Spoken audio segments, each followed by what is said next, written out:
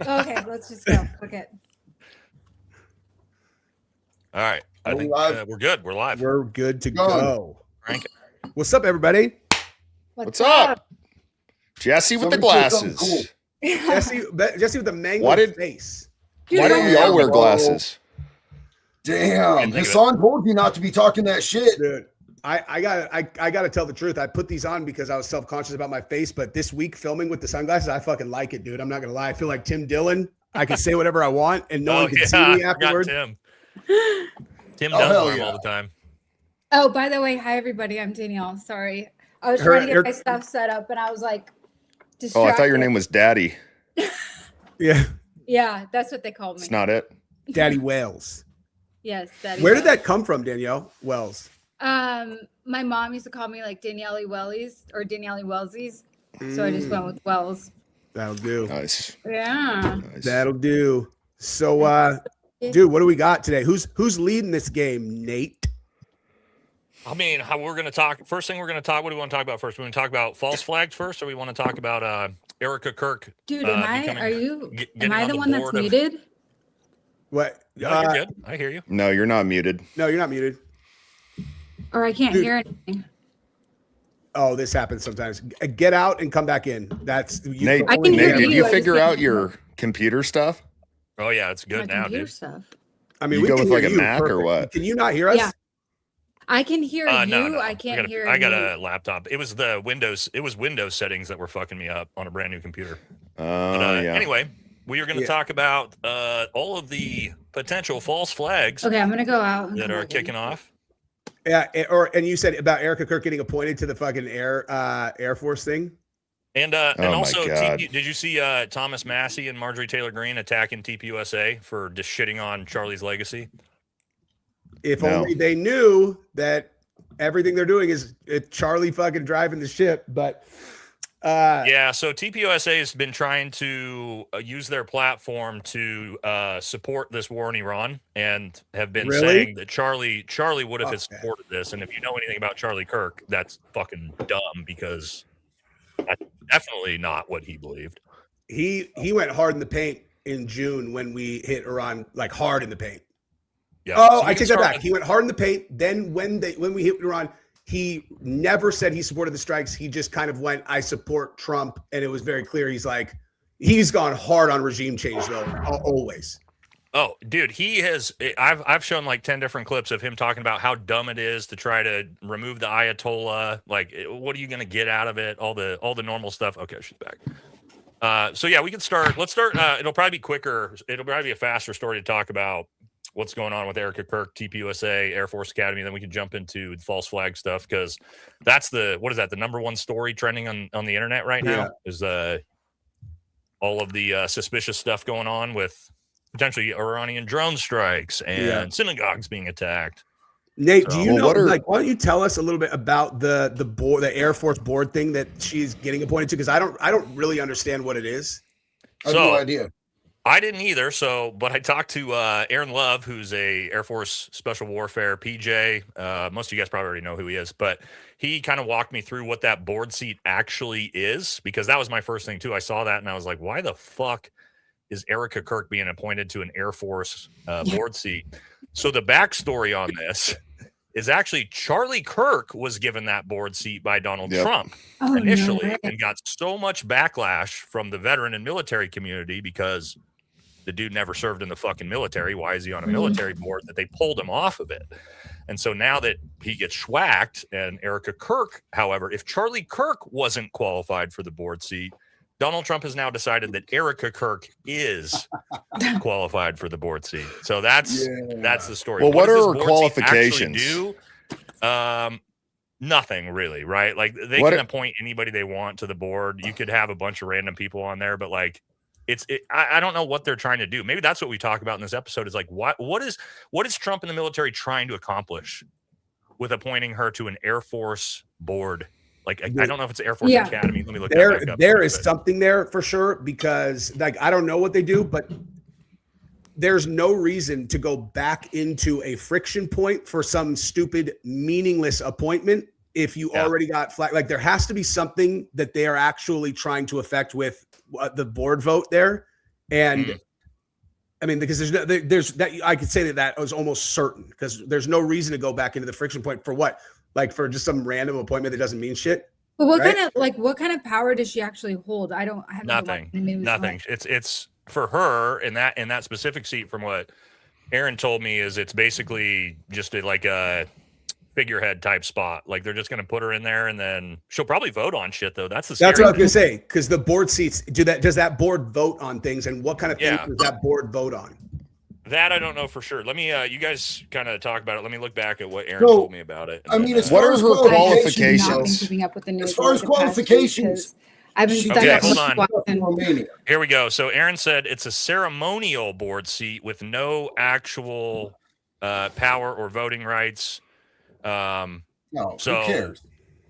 Yeah, but I mean, I guess the question then is, like Aaron said, it's like they're making it so obnoxious and apparent, like they're trying to force it out as a thing that's like a good thing for her and TPUSA. But yeah, from what he said, and again, he's an expert on this, that, it's just a ceremonial board seat. She'll have no power. So why put her on it? Yeah. I wonder if there's friction behind the scenes between Trump and TPSA, or Charlie if he's alive, or Erika if he's alive, and like Trump's trying to like smooth it over with some kind of public thing that doesn't actually mean shit or something. No, I mean, it's about Usha. I mean, it's about Usha. You might not be wrong there because they made her the fucking guest of honor of the State of the Union. They just did about Usha. Is that JD Vance's wife? It's about Usha. They're trying to get Usha out so Erika can get on JD, and she's going to be the next first lady. Dude, did you see the Candace show? Like, I only watched like one of her last like 5 episodes, but the one I watched was showing how they really were actually setting up to have JD run with Erika as his VP pick for real. They like for real were doing that. Yes, and I was like, what? It's the all-American couple, except she just lies about her whole fucking life. So I don't know how that's going to go. I mean, I know that the first ladies don't debate, or the potential first ladies, but I mean, if she were to debate, it would be like her and Candace on a stage would be the funniest thing ever. Oh my God. That would be the greatest thing of all time. That would be like, Dan, if I put you and my 8-year-old daughter in a fucking death match inside of a cage. Like that's like, I mean, like Candace would fucking eat Erika's liver raw. We do got to think about though, is you think about Erika's mom, right? Erika's mom was very high up in the military and her dad in the military industrial complex. So there's also these things with like putting kids on board seats or family members on board seats. That way the military industrial complex itself, I don't know, maybe Raytheon Israel has access now to influence the Air Force board, because who drops the bombs? The Air Force. Yep. And if your dad is the one who set up Raytheon Israel and is working for Raytheon, well, it might be pretty good to have, your daughter on an Air Force board that might affect stuff like that. It's like good positioning for lobbying, like the best position for lobbying ever. I just don't buy their like the other day. Go ahead, Dan. Sorry. I just don't buy their meetup story, how they were like in a line in Israel and like randomly they just met and now they're married. You don't believe that? No, that doesn't really. Yeah. I mean, I guess it's possible, but that's a little bit sketchy to me, especially it being in Israel. Dude, so one of my viewers is saying that it actually is a big deal because she gets access to the Air Force communications and has one voice of 6 that answer directly to Trump. There you go. Yeah. So, but another person has a good point that our foreskins are not onion rings. So thank you for that. I appreciate it. You're sure? I mean, not over here.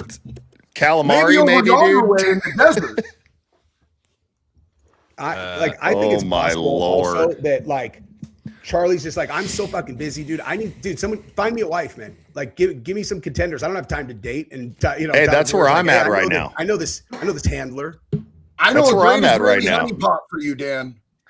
Dude, find me a honeypot. Find me a honeypot. I don't care. Cash Patel. Cash Patel's about to get fired, and she's going to be looking for someone else to cozy up with. Oh, great.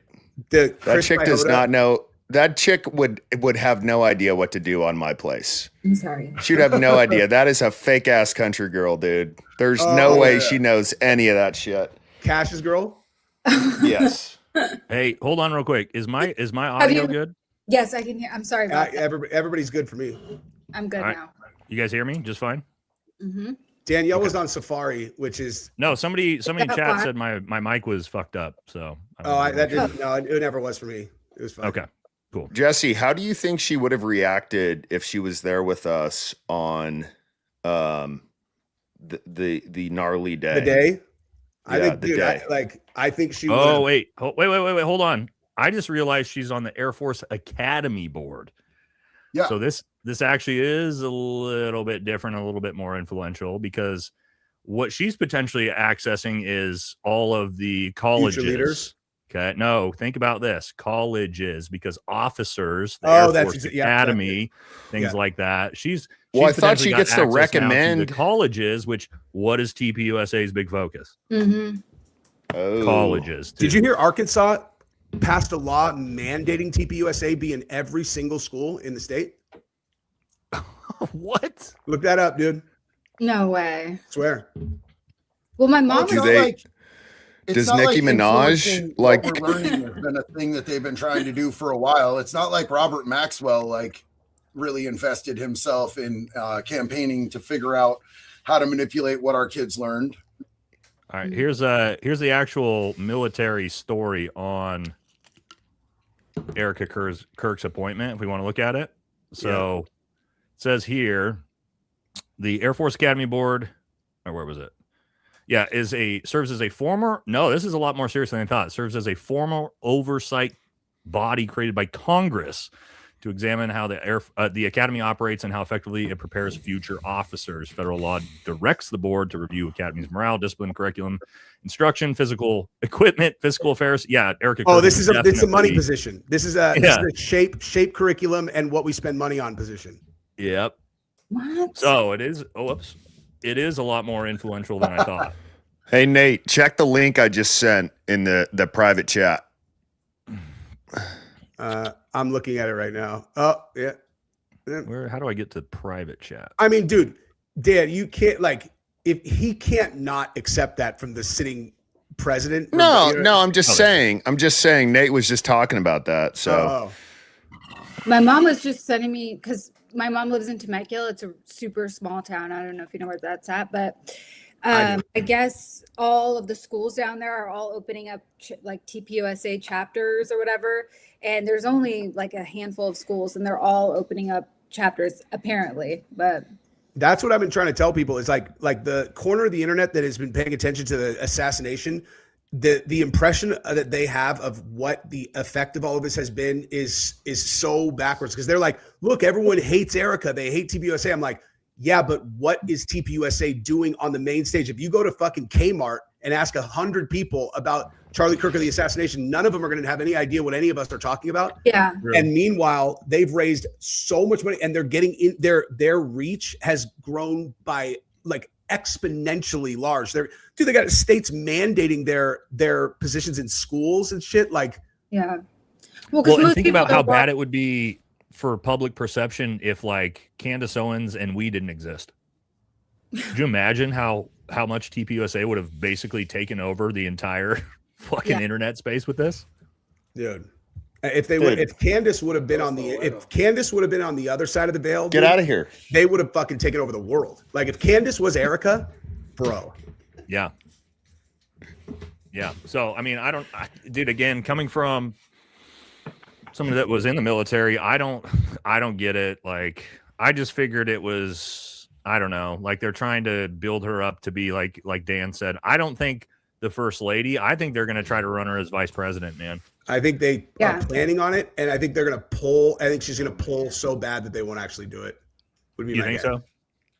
so? I mean, I don't know. I only see my corner of the But internet. you got to think about the MAGA base, right? The MAGA base is different than what we do. Like the That's MAGA true. base. I don't feel like I loves have her. a really strong idea of like how many people that is, or what percentage of what would be considered the right a lot. voting base. You know what I mean? A Like lot. I It's a just lot. don't know. It's way more than our like America First-esque conservatism movement. If you really think about that, like even Candace is tiny compared to the actual Republican establishment, right? Yeah. The MAGA establishment, the Fox News establishment, like it's just massive. Think about we watch Candace and you're like blown away by her numbers as YouTubers. Like, this is fucking crazy, dude. She's doing 200,000 live viewers. Compare that to the full reach of Fox News and that, it's like, it's nothing. Yeah. You know, and like you said, the average person at Walmart doesn't have any idea about this stuff, but they could tell you that invading Iran's a good thing because that's what they heard on Fox News last night. Right. Shit. That's not what I've been hearing. Fucking. So what's the deal? What's the deal with that? People just watch Fox News and they just have no clue on like the reality of truly what is going on. Like they can't like do a little bit of research and they just take everything from mainstream media. I mean, are your parents still alive? Yes. Do they talk to my dad every day? Boomers? My dad. Okay. This is probably a really good example. So my mom, when was it? Probably the other day. She's like, but we need Israel as an ally. And I was like, okay, great. You're watching Fox News and shit. Let me just talk to you for 10 minutes. And at the end of the conversation, she's like, oh, okay. So I think it's more of just a trust of the media still to where they watch Fox News or whatever, and they just hear whatever it is. And they're like, oh yes, we have to be allies because of X, Y, and Z. And because I heard, whoever the fuck say it. And there's just not a lot of critical, I don't even want to say critical thinking. I think it's just ignorance, to be honest. So I talked about this on my last live stream. I think I have it pretty much pinned for that generation. I actually don't blame the boomer generation, even though they're the problem. They are the problem. I don't blame them because I have to like put myself in their shoes. Okay. They grew up in an era, right? Like were born during or right after the time Israel becomes a nation, right? And the propaganda and brainwashing, the Schofield Bible, like all this stuff was just pumped into their generation for 20, 30, 40 years. Think about media back then. There was no social media. There was no independent media. You sat down, you watched Walter Cronkite, who was a CIA asset, by the way. Like, keep in mind, all of those big media names were CIA assets back in the day. And they just ingested, like Dan said, whatever the news reporter said, that was the truth. And that's what we believe. And so now we in our generation understand like, oh, Fox News, CNN, MSNBC, like that's the propaganda networks. That's not real information. Right. We get that.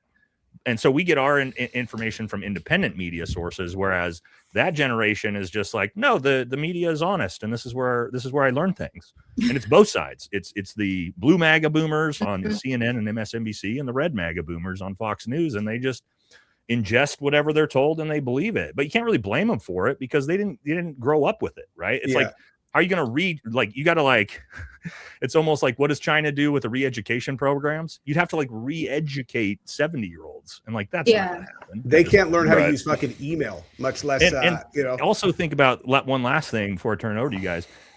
Like, think about, is somebody that's believed the same thing for 70 years. You think that you're going to change their opinion when they're 70?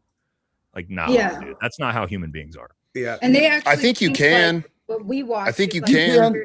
My parents have changed. Like, my parents watch Nate. You can get them there, but they have, here's the thing. They have you as a son, JD and Dan and me. Like, the average boomers don't have that, right? They don't have somebody that's like trying to walk them through these things, education. I think if I could get anybody in person for 5 minutes, I could easily change, at least get him to question it. The problem is not, I don't think it's open-mindedness. I mean, there are a lot of people who are just closed-minded and they, believe everything they hear. I think the biggest part is I think they just sit there and they're, I don't know, they're just kind of stupid. They're not a little bit. Dude, I would love to give you a shot on my family because they are the most stubborn motherfuckers on earth. They despise Trump, but really, my dad is like the exact inverse of the Fox News, where like he watches the like propaganda, the left-wing propaganda, and he's immovable. Like fucking, he's crazy smart. Like, he's a super smart guy. He's immovable. My brother is like, I don't want to think or hear about any of this shit. Don't bother trying to fucking convince me. I don't pay attention to any of this on purpose. And that's how my mom is also. Yeah. So she's just like, You know, like that's just, that's where they're at. They're like, so all three of them are immovable, but I also don't care what they think about whatever, as long as they're not mad at me. You know what I mean? Yeah. My mom I think it's also, oh, go ahead. Go ahead. No, I was just going to say, my mom actually thinks like everything she sees on the news is what's true. And then if she sees me watching independent journalists on YouTube or whatever, she thinks that is actually conspiracy theories and lies and propaganda and stuff. So she thinks the opposite. And I'm just like, you're so brainwashed. That is one thing. That is how my brother is also. Like when we were on vacation a few weeks ago, we were drunk at dinner, and so I was just fucking with him, and I'm like, you know that we didn't land on the moon. This guy knew he would get super fucking mad. He's like, and he did. He got super fucking mad, dude. And I'm like, why? I'm like, no way. Yeah, and I'm like, I don't even understand why you would get bent out of shape about this. Like, you understand it's impossible for you to know for sure either way, right? Like, so what do you like? What do you? Well, but I think what we forget, because we're Americans, right? And we think about North Korea and Iran or Russia or China, and we're like, oh, how could the citizens believe what they believe with the state-sponsored media and the propaganda? And it's like, you got to understand, the United States is better at state-sponsored media and propaganda than anyone in the world. We're way better than North Korea and Russia, and we've been doing it for 100 years. And that's how we've gotten away with, I don't know, bombing and invading every goddamn country in the world for the last 150 years with public support. And this Iran war, I think, what is interesting about it is this is not new. This is not different. The playbook should have worked like it's always worked for this war. And it's not. And it's because of the younger generations, the access to media, independent media, social media, that it's just like people fucking know better now. And so we're like in a weird time frame where the media is trying to figure out like, hey, we can push this bullshit forward for the government because it's all tied together, right? But all of us, the rest of America is going, fuck no, like we don't want this. And so it's this weird clash right now. You can see the government trying to figure it out. And I think that's where we could bring it into talking about false flags, because when the government can't get the populace to support something, especially war, there's one way we've always done it historically. And it's through a massive false flag operation with attack on American soil, because that changes the game. And the American people immediately, we don't want a war in the Middle East, but if you attack us, okay, well, now patriotism says, oh, we're on board now, baby. Now we're fine with invading the Middle East. So that's what I'm a little bit worried about right now. Do they think these synagogue attacks are going to be like what's going to spark the American people? Like, no, but I think these are warm up. They're shaping the environment, right? This is called shaping operations, right? What you're seeing is shaping operations, these low level things where it's like, hey, make it look like synagogues are getting hit. Hey, have the FBI release some information about how, there might be some Iranian drone attacks. We're preparing the U.S. people for a big false flag that we can then use to, justify essentially boots on the ground to go actually invade Iran. I think that's really, really what they want at the end of the day. Is that really going to happen though? It happened in 2003. Have you guys seen the movie? It happened in Desert Storm. It happened in Vietnam. It happened in World War II. How did we get into World War II? We knew the U.S. government knew the Japanese were going to bomb Pearl Harbor, and we let them do it.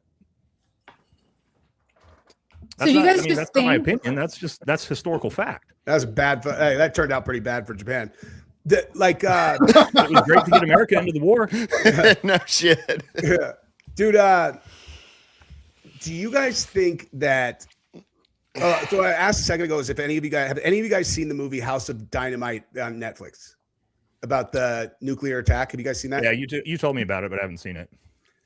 So the reason I bring it up is the movie is about the United States has an incoming ICBM that is definitely going to hit Chicago, and we don't know who threw it at us, and it goes through all the missile defense stuff, and everything fails, and it's literally like the last 20 minutes before this fucking ICBM is about to hit Chicago, and it's all these different branches of government trying to react, and what are we going to do that we don't know who did it, and like it's.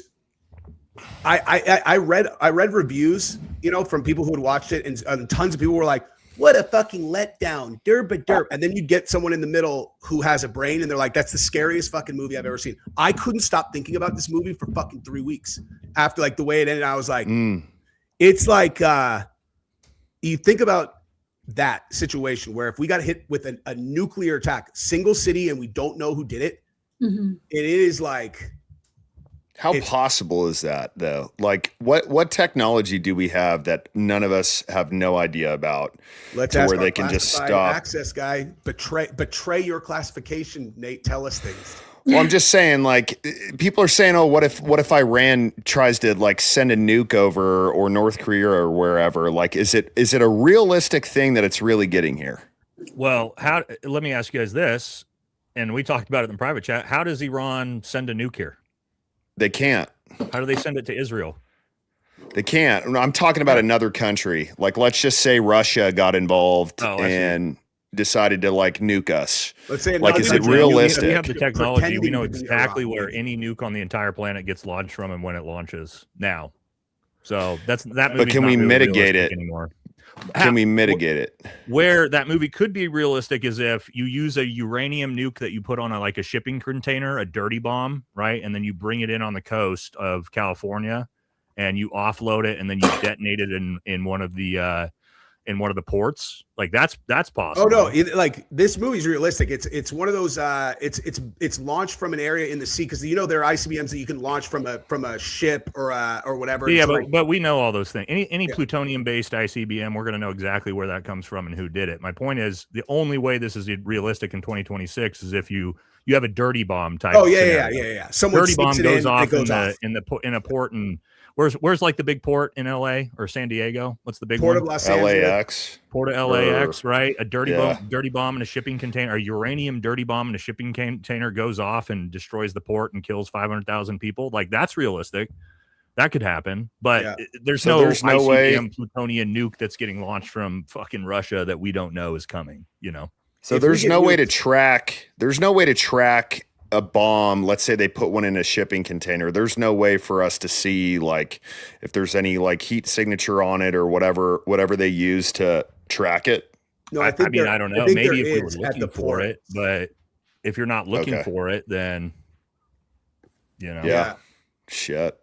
I think that's the big worry right now with the Iranian drone attacks is, and if you watch Jack from Black Scout Survival's got an amazing video on it. Incredible. They can launch those drones from like shipping containers on a ship, on a ship, right? And since those ships are coming from China, Iran could very easily like stash a bunch of those drones and then launch those drones from, when those ships are right outside the port, and then actually like hit LA with it. I think that's the big worry right now with Iranian attacks.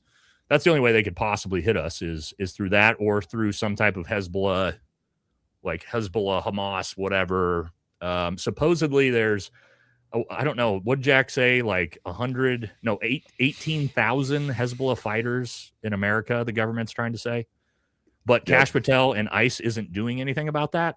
Like, that's the part I like the whole video, but when he was like, the reason he got so bent out of shape about ICE is like, why are we picking up like factory workers instead of these motherfuckers right out of the gate? Because if you think about it from the perspective of a foreign nation state that's an enemy, of course they have people all over the country right now just relax, just with a plan and just waiting on.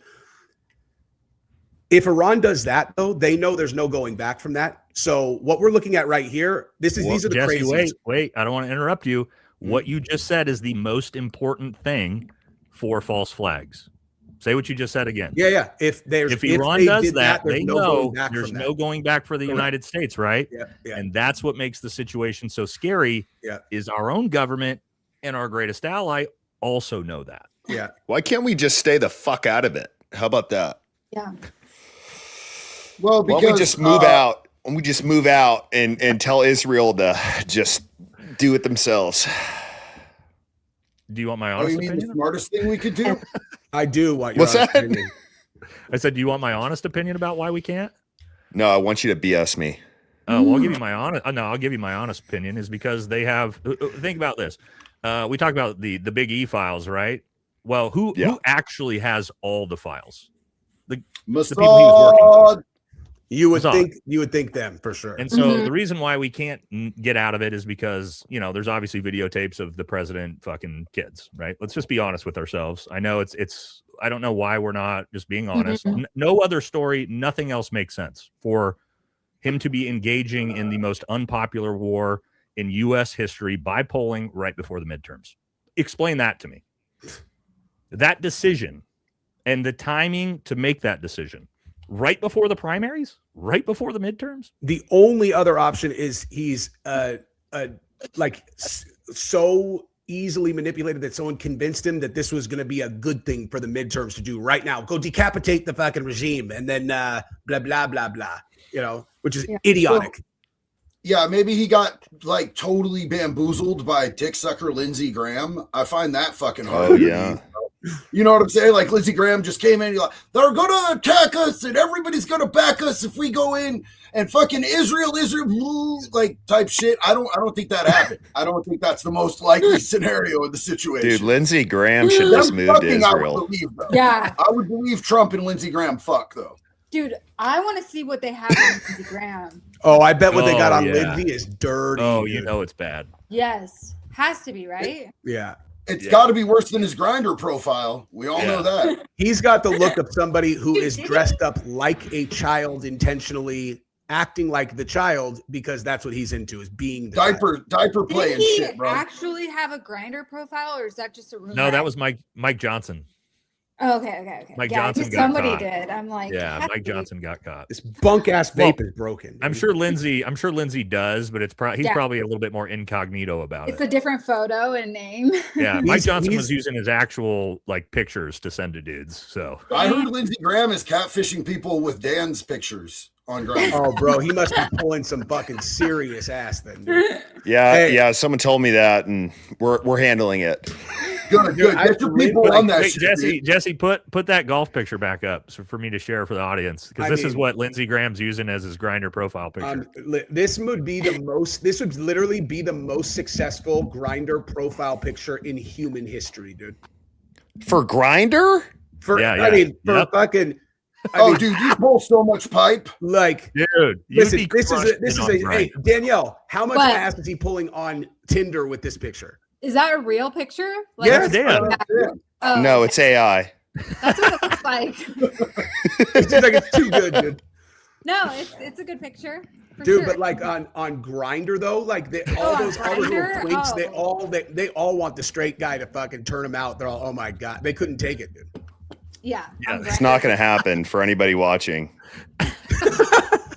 Dan is uncomfortable. Hey, just get that out of the way. Really not liking this conversation. Graham, I bet. Sorry, Dan. We love you, buddy. Not like that. But we love you. It's all good. It's all good. Lindsey Graham, I bet, has he's got like selectively placed like male prostitutes that are very expensive that he's been seeing for years, and he feels like they know him really well, and he's in love with like two of them and shit. Like that would be my guess, dude. Yeah, he's 70 years old. He doesn't need to shop on Grindr. I agree with that, Jesse. I think he's probably got a couple twinks that he pays well. I'm not kidding that he pays well. He takes care of. Like he's a sugar daddy to a few little twinks. I'm sure. Yeah. Super young. Yeah, for sure. Little twinks. Yeah. You're probably one of them. Yeah. What have you guys seen? We talked a little bit about it. The synagogue attacks pretty much all started all over the world the day after the FBI announced there's going to be, of course, it's 24 hours after the FBI announced there's going to be terrorist attacks coming. What do we think on that? Who was it that showed, Jesse, was it you or JD showed me that video of the Jay in the street who like pretended that he was getting attacked the other day? I didn't see that. Dan, did you see that? It was in the group chat.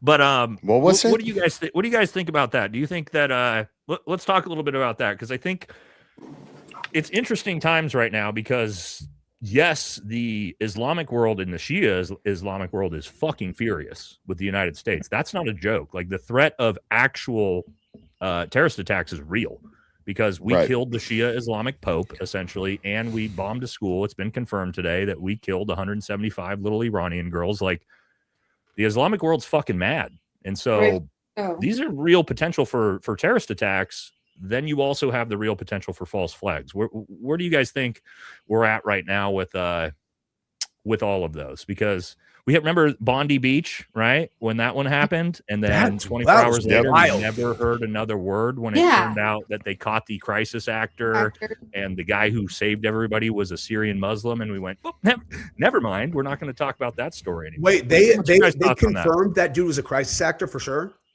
Oh, yeah. They have the pictures of him having the blood painted on him by people.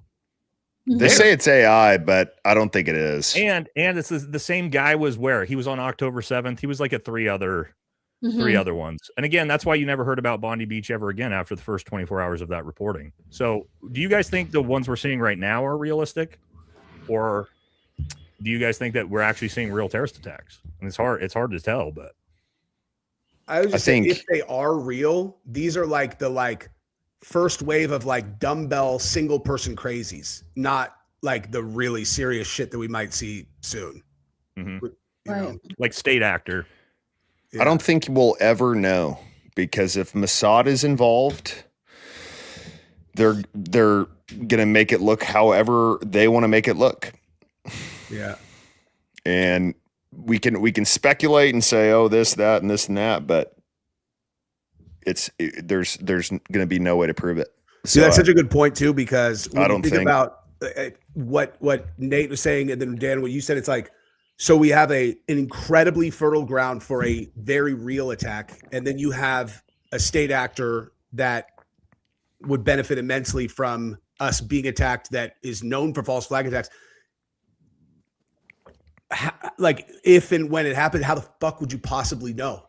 Like, how could you possibly know? It's like Charlie Kirk. Like, we know there is some weird shit going on, but can any of us legitimately come up with proof that completely takes any other theory out of the water? To us, yes, we can. As far as us being like, for Tyler Robinson to do this, it's a wild thought. It's probably the furthest thing from the truth, but like to convince the masses, I don't think so. Right. Oh yeah. I mean, I'm literally at this point, I'm positive I'm right, but I don't want everyone to know. Like, that was never my goal, was like, I'm going to fucking show everybody what they did. It was like partially just because I was like, God, I'm so fucking smart that I cracked this thing. And then the other thing was like, once I was confident enough that I was right, I'm like, Jesus, dude, like, because then it changes the entire perspective of what's happening right now. And I was like, what the fuck? If I want to do something like, if you whenever you guys come out and we go to Dan's ranch and shit, if we all watch the first 4 episodes of my series together and you guys are still under 25% that I'm right, I promise you I'll give you $2,000 in cash. I've watched them all, and I think there's a 0% chance you're right. You have not watched them all, dude. Yeah, I have. Yeah, I have. No way, dude. I have. Yeah, I watched your other 2. I'd watched the first 2 already. I think there's a 0% chance you're right, because again, you haven't been able to show me how Charlie Kirk in real time, how I can watch with my own eyes, took a high-powered rifle round to the neck, and I can see the cavitation effects from his neck, because I know what it looks like. That's the whole second episode is. That's why I did that one, because you told me that. But I mean, but you didn't explain it in a way that disproves that. Let's talk about it. Like, I don't want to derail the whole conversation on just that. I mean, again, like, it's just one of those. I think you got a lot of good information, but the idea is still alive. I personally think is silly, but that's just my own opinion. You know? I think it's a fair like thing to think about. I don't know if I'm sold on him for sure being alive, but however, I do believe Jeffrey Epstein is 100% alive. Mm-hmm. Yeah. Oh yeah. But like, we don't have alive, and I'm actually, I would say I'm more confident about Charlie than Epstein current state, but I'm also no way. Really? That's all I've been looking at for the last fucking 2 months is like, where do you think he is? I have no idea. Tel Aviv, baby. Bahamas? I think it's interesting. He's in Valhalla, dude. He's hanging out with Nate. Yeah. But the two, here's 2 things I'll just throw out is this. Like, the biggest thing for most people are, they're like, why would he do it? And then also, when you think about the whole operation and mechanism of actually doing it, it sounds so fucking complicated. But the reality is that all he needed was one yes. If he convinced Who Trump, would be behind it though, Jesse? Trump, Did you go over military- this? Trump, Cash, military intelligence, JD Vance, all of them. And the reason, and here's the thing, because Charlie, this is a fact that is indisputable at this point. If Trump would have lost the election, Charlie was going to prison. Fact, like for 100% sure, absolutely for sure.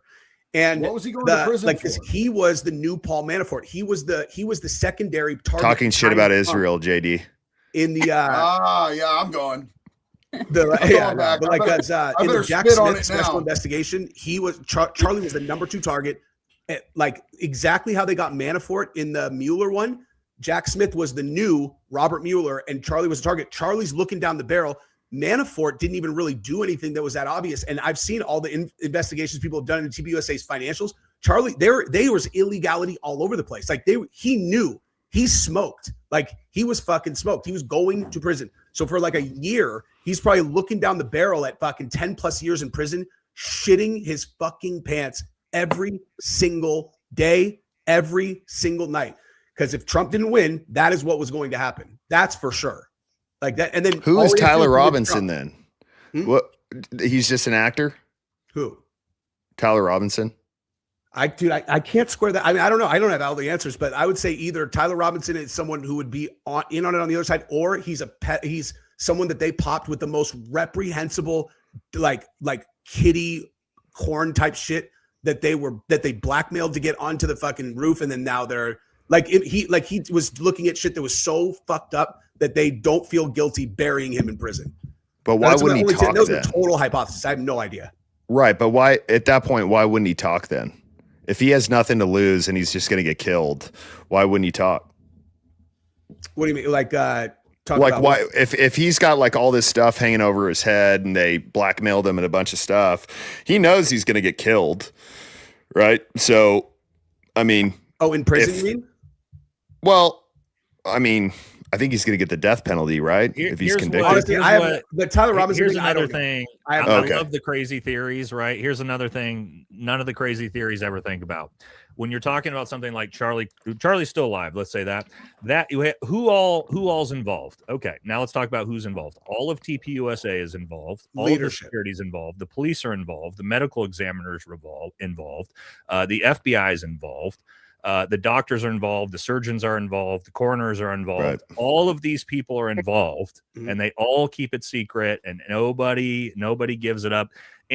For me, right? Occam's razor is a really big thing. Any theory that takes 187 people being coordinated, involved, and pulling something off that involves rifles and all this shit. As a guy who tactically operated on the ground in combat situations, on how crazy and convoluted hard everything is to coordinate, I have to throw it out the window because it's just not realistic. You know what I mean? Any other situation, I would be 100% aligned with you, and that's why I couldn't figure out what I was looking at for so long. Is because it's everything you're saying is accurate. Like I wouldn't push back on anything that you said at all. The only thing that helped me with insight when I finally came together is I lived in Utah I didn't know anything. I only knew Mormon people in Utah, and I'm very familiar with that community. And in that community, that is the play. And all these TPUSA guys are LDS. They come from that community. If you have a couple people on the Utah side that are very powerful, I'm telling you, they could pull this off on the Utah side because there's so much. Utah is super fucking corrupt and super sketchy. That is true. That is actually true. Yeah, and why are they prosecuting him on this at the state level? Maybe you can't rigging because there's no federal crime, Jesse. What's that? There's no federal crime there. What is it? Tyler Robinson didn't cross state lines. Assassination. It can be. It was up to the FBI if they wanted to take it or not. If Tyler Robinson would have traveled from, let's say, Oregon to commit the murder, now that's a federal case, but he didn't. So it's pretty much always going to be a state case and something like that. Political assassination, it's one of those that they have to determine it a political assassination, and then it can be a federal case. But Trump could for sure have been make sure that we take this case and bury that kid. So, well, hold on though. So again, this ties into your big theory, right? Mm-hmm. And obviously the court is involved and has to cover this up now too. Why would the court want it to be a state case, which is allowed to be televised and shown to the American public? Why wouldn't they use that and then actually make it a federal case? Because then it's 1,000 times easier to cover all this up. So again, these are all things I would only be speculating about. And without knowing whether or not Tyler Robinson is on the inside of this thing as like one of these guys that's an LDS kid, true believer, his dad's MAGA, and he volunteered for the most important role of this entire thing, that he's going to be in jail for a year or whatever, or whether he's a kid who got blackmailed into being up on the roof, it's impossible for me to even, but I can think of scenarios in both directions. What I can say is for sure, it's easier to control a state level case if it is the LDS community and it's in fucking Utah and you have top Mormon brass in Utah on the inside of the circle. Here's another thing. So all of this is succeeded by the image that he's killed, right? Why don't you just fucking kill him? You get the exact same outcome with none of the complications. All it takes is one dude with a rifle, put him down, and everything that you're talking about is exactly the same, except he's dead. That assumes that the people driving it are the people around Charlie and not Charlie himself. And I'm saying it's Charlie himself. Oh, you think Charlie himself set this up? Because he's the one who's going to go to prison for life, not for life, but like he was the one facing the prison. And I think that he's such a fucking gangster ass doer that he's trying to figure out a way he can solve this problem for a year. I'm going to prison. There is no solve. You can't negotiate. But Jesse, I think you're missing something. So what would it take for you? Let's say you're facing prison. Mm-hmm. What would it take for you to, I don't know, let's say you're facing, 20 years. What would it take for you to frame all of this to where you never see your kids again? But that assumes he's not seeing his kids, and I don't think that's the case at all. I don't think that's so. The case at all. You think somehow in private, like they're bringing him in vans or something to where he can see his kids, or they're bringing it much more of an open secret than people even realize. And when you watch TPUSA's behavior, they're the ones who give that away. They talk so openly about it; it's laughable. Like it's so obvious to me that I can't even believe it. Like. Once you just let yourself believe, and then Jesse's on the meth. I'm getting a lot of those comments in my side. Yeah. Hey, stop picking on Jesse, fucker. Oh no, I can take it, dude. I can take it. No, that's my little brother, dude. To say that everybody believes this, but I polled this on my audience while you've been talking about it, and 81% of people don't believe you. Of course, I wouldn't expect. No, look, it took me 3 months from when the guy who brought it to me was like, what if this is it? And he sent me all the evidence that I ended up using in my videos. I kind of looked at it. I'm like, bro, this is fucking ridiculous. There's no fucking way. It's not no. Like, there's no chance he's alive. 0%. Cannot. And he's like, 0. I'm like, 0. And when I said, Jesse, let me ask you, where would they? And I'm not fucking with you here. I'm honestly curious on what your thought process is. So where would they be meeting as far as like the kids? Like, is it like a warehouse somewhere? And like, what kind of life is that? Right. To where you're like, oh, hey, daddy's dead. And like, what do they do when they're grown up? Like, I will how do they keep that a secret? With a question. So let's say that you have someone who is an top of the government, like someone who's going to flip on the most powerful people in the world, and they're a billionaire, and they're going into some form of witness protection or whatever, right? Like they are now going to be off the grid forever, but they're a billionaire. Where do they go? Like, what is it? Because like people think of witness protection. Tel Aviv. What's that? They go to Israel. Tel Aviv. And they buy an island. Yeah.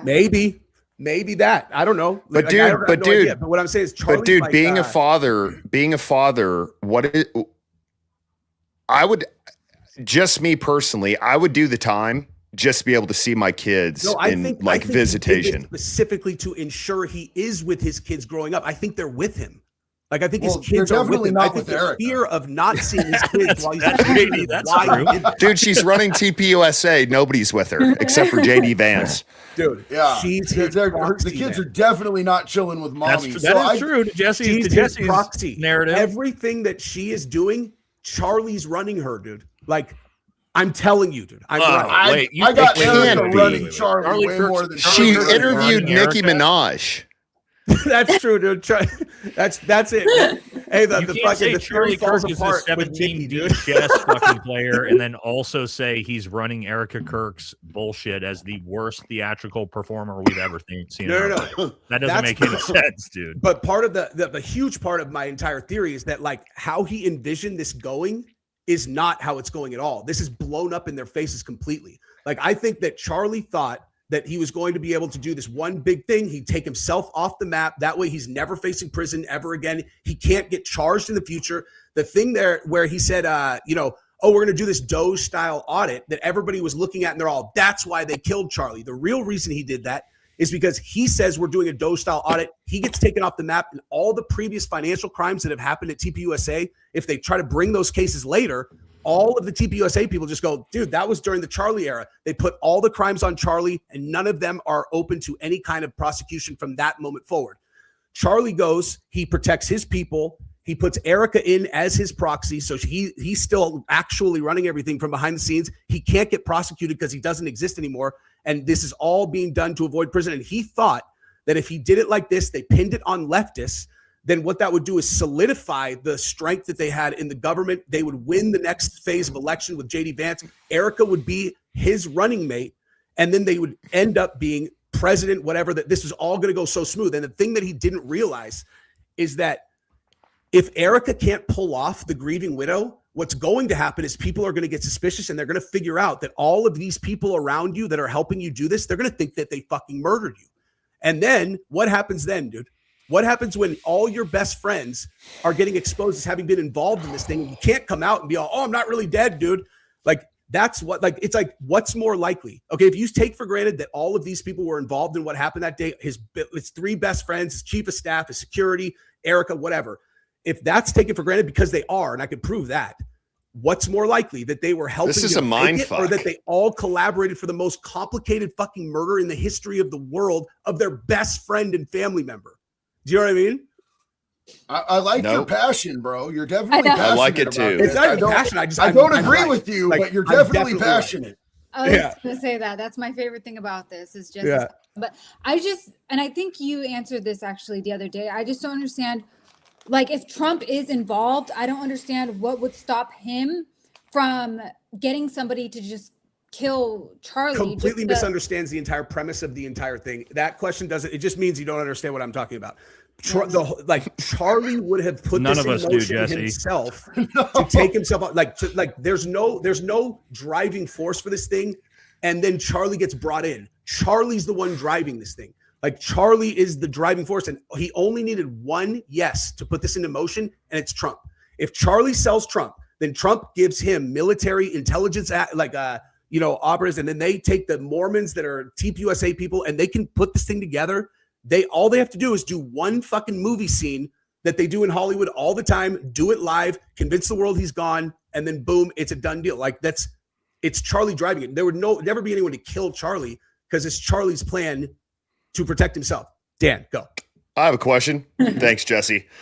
I asked this. This on the live stream. I think it was the first one you had her on. But where does the ladder go? Oh. So, like a secret warehouse you got? Secret warehouse. This is actually where Charlie is hiding. Oh, fuck yeah! I knew it. Hey, give him some. New babies, Jesse was right. Give him some new babies. He needs something to do. He's bold. No, but it's like, honestly, all that'll happen is at a certain point, there will be enough of like a sliver that people will start, that you're like, okay, maybe. And then you'll start watching TPUSA 2 months. You'll be like, okay, yeah, he's right. They made it so obvious. It's embarrassing. It's embarrassing how obvious they made it. I will say. So where? No, I was just going to say, sorry. The video, what kind of made me think we're onto something, even though I don't think it's so live. Oh my Lord. Sorry, I was working on something while you were talking. Yeah. Those hands, like in a casket, they just didn't look real. It did look kind of like I a don't fake know, body to me. yeah. So that for sure, I was like, okay, that's not real. But still, I don't know. I have no idea about specifically I which hear of you these now. things, like were his hands real or any of that. But it's like, what does it appear like the overall thing was? Was it somewhat where there's like people reacting to a genuine like tragedy of someone getting killed or them trying to sell the world that this political assassination actually happened. But Jesse, where is he? Oh, I don't know. Tell How me- would I could No, there's but way for no, me to know. tell us where he is. He's at fucking Danielle's house, dude. Is he at Disneyland, dude? He's Where the not- fuck is he? Dude, I guarantee you get Cash strapped to a chair. Cash will fucking tell you. He knows. The problem we have is the FBI narrative is so fucking bad that Jesse's theory is still, as insane as it is, better than the FBI narrative. Yes. Yeah. That's Yeah. why I'm buying it. It literally answers every single inconsistency. It doesn't, but I mean, I love your passion. And It Jesse, does. I love the videos and I love the passion for sure. It's like Listen, making- dude, like, you think that I started doing these videos like I'm gonna be able to convince everybody? It was like No. I'm just fucking. But I don't care. Like I don't care when people are like, "You're wrong." I'm like, all right, you know, like. I still But watch the them. thing is I that still watch here's the what's videos. crazy, guys, is he could be right. You know what I mean? Like it could be that Charlie's. I think he is lying. right. Like at this point, we the information's so bad, we have fucking no clue what's going on. That like, who knows, man? Who fucking knows? Hey, I think he's Dustin. dead. Nate, did you Dustin, hear why don't about you come the- over and tell us what you think about it's my subcontractor. What's up, Dustin? About where you think Charlie Kirk is. Come here. This is your time, dude. Let's go. Nate, No, did you he's hear scared. about the He's did you scared. hear about the news story about how they found the rifle and the dogs that sniff around for fucking 2 hours couldn't find a rifle? Couldn't They find it. left. The FBI came in and they're all, "We fucking found it, man. It's in Yeah. the chicken coop." Yeah, I deep dive Yeah. that as somebody that obviously intimately used working dogs. We as Green Berets, we use working dogs on every mission we do, bomb dogs. And yeah, when I heard the fact that and they're bomb dogs, right? They smell explosive powder is what they're smelling. When I heard the fact that the bomb dogs could not find this 30-06 that supposedly just got fired within 12 hours, but the FBI showed up and immediately did, I was like, nope. Yeah. We're done. Like there's a 0% chance. And I'll tell you a real quick story. I told my chat about one of the craziest things I've ever seen one of our bomb dogs do. We were on this mission. It's called a dry hole. We didn't actually find any Taliban in it. Cleared the entire village, could find nothing. Everything was dead. Got to the final big compound, and we were about to exfil off the target because we thought we couldn't find anything. And our bomb dog started our dog handler just cursed the perimeter of this and went into one of the rooms. The bomb dog walks in, sits down on this carpet because that's what they're trained to do when they smell explosive powder is just sit down and not move. And there was nothing in this room. We started digging everything up, took the carpet out. We eventually started digging down into the dirt, like 1.5 feet, and found a trap door. And like 20 feet below the earth, there was a giant cache of explosives. There's no way that we would ever known. And this fucking dog could smell the explosives from like literally 20 feet worth of earth below it.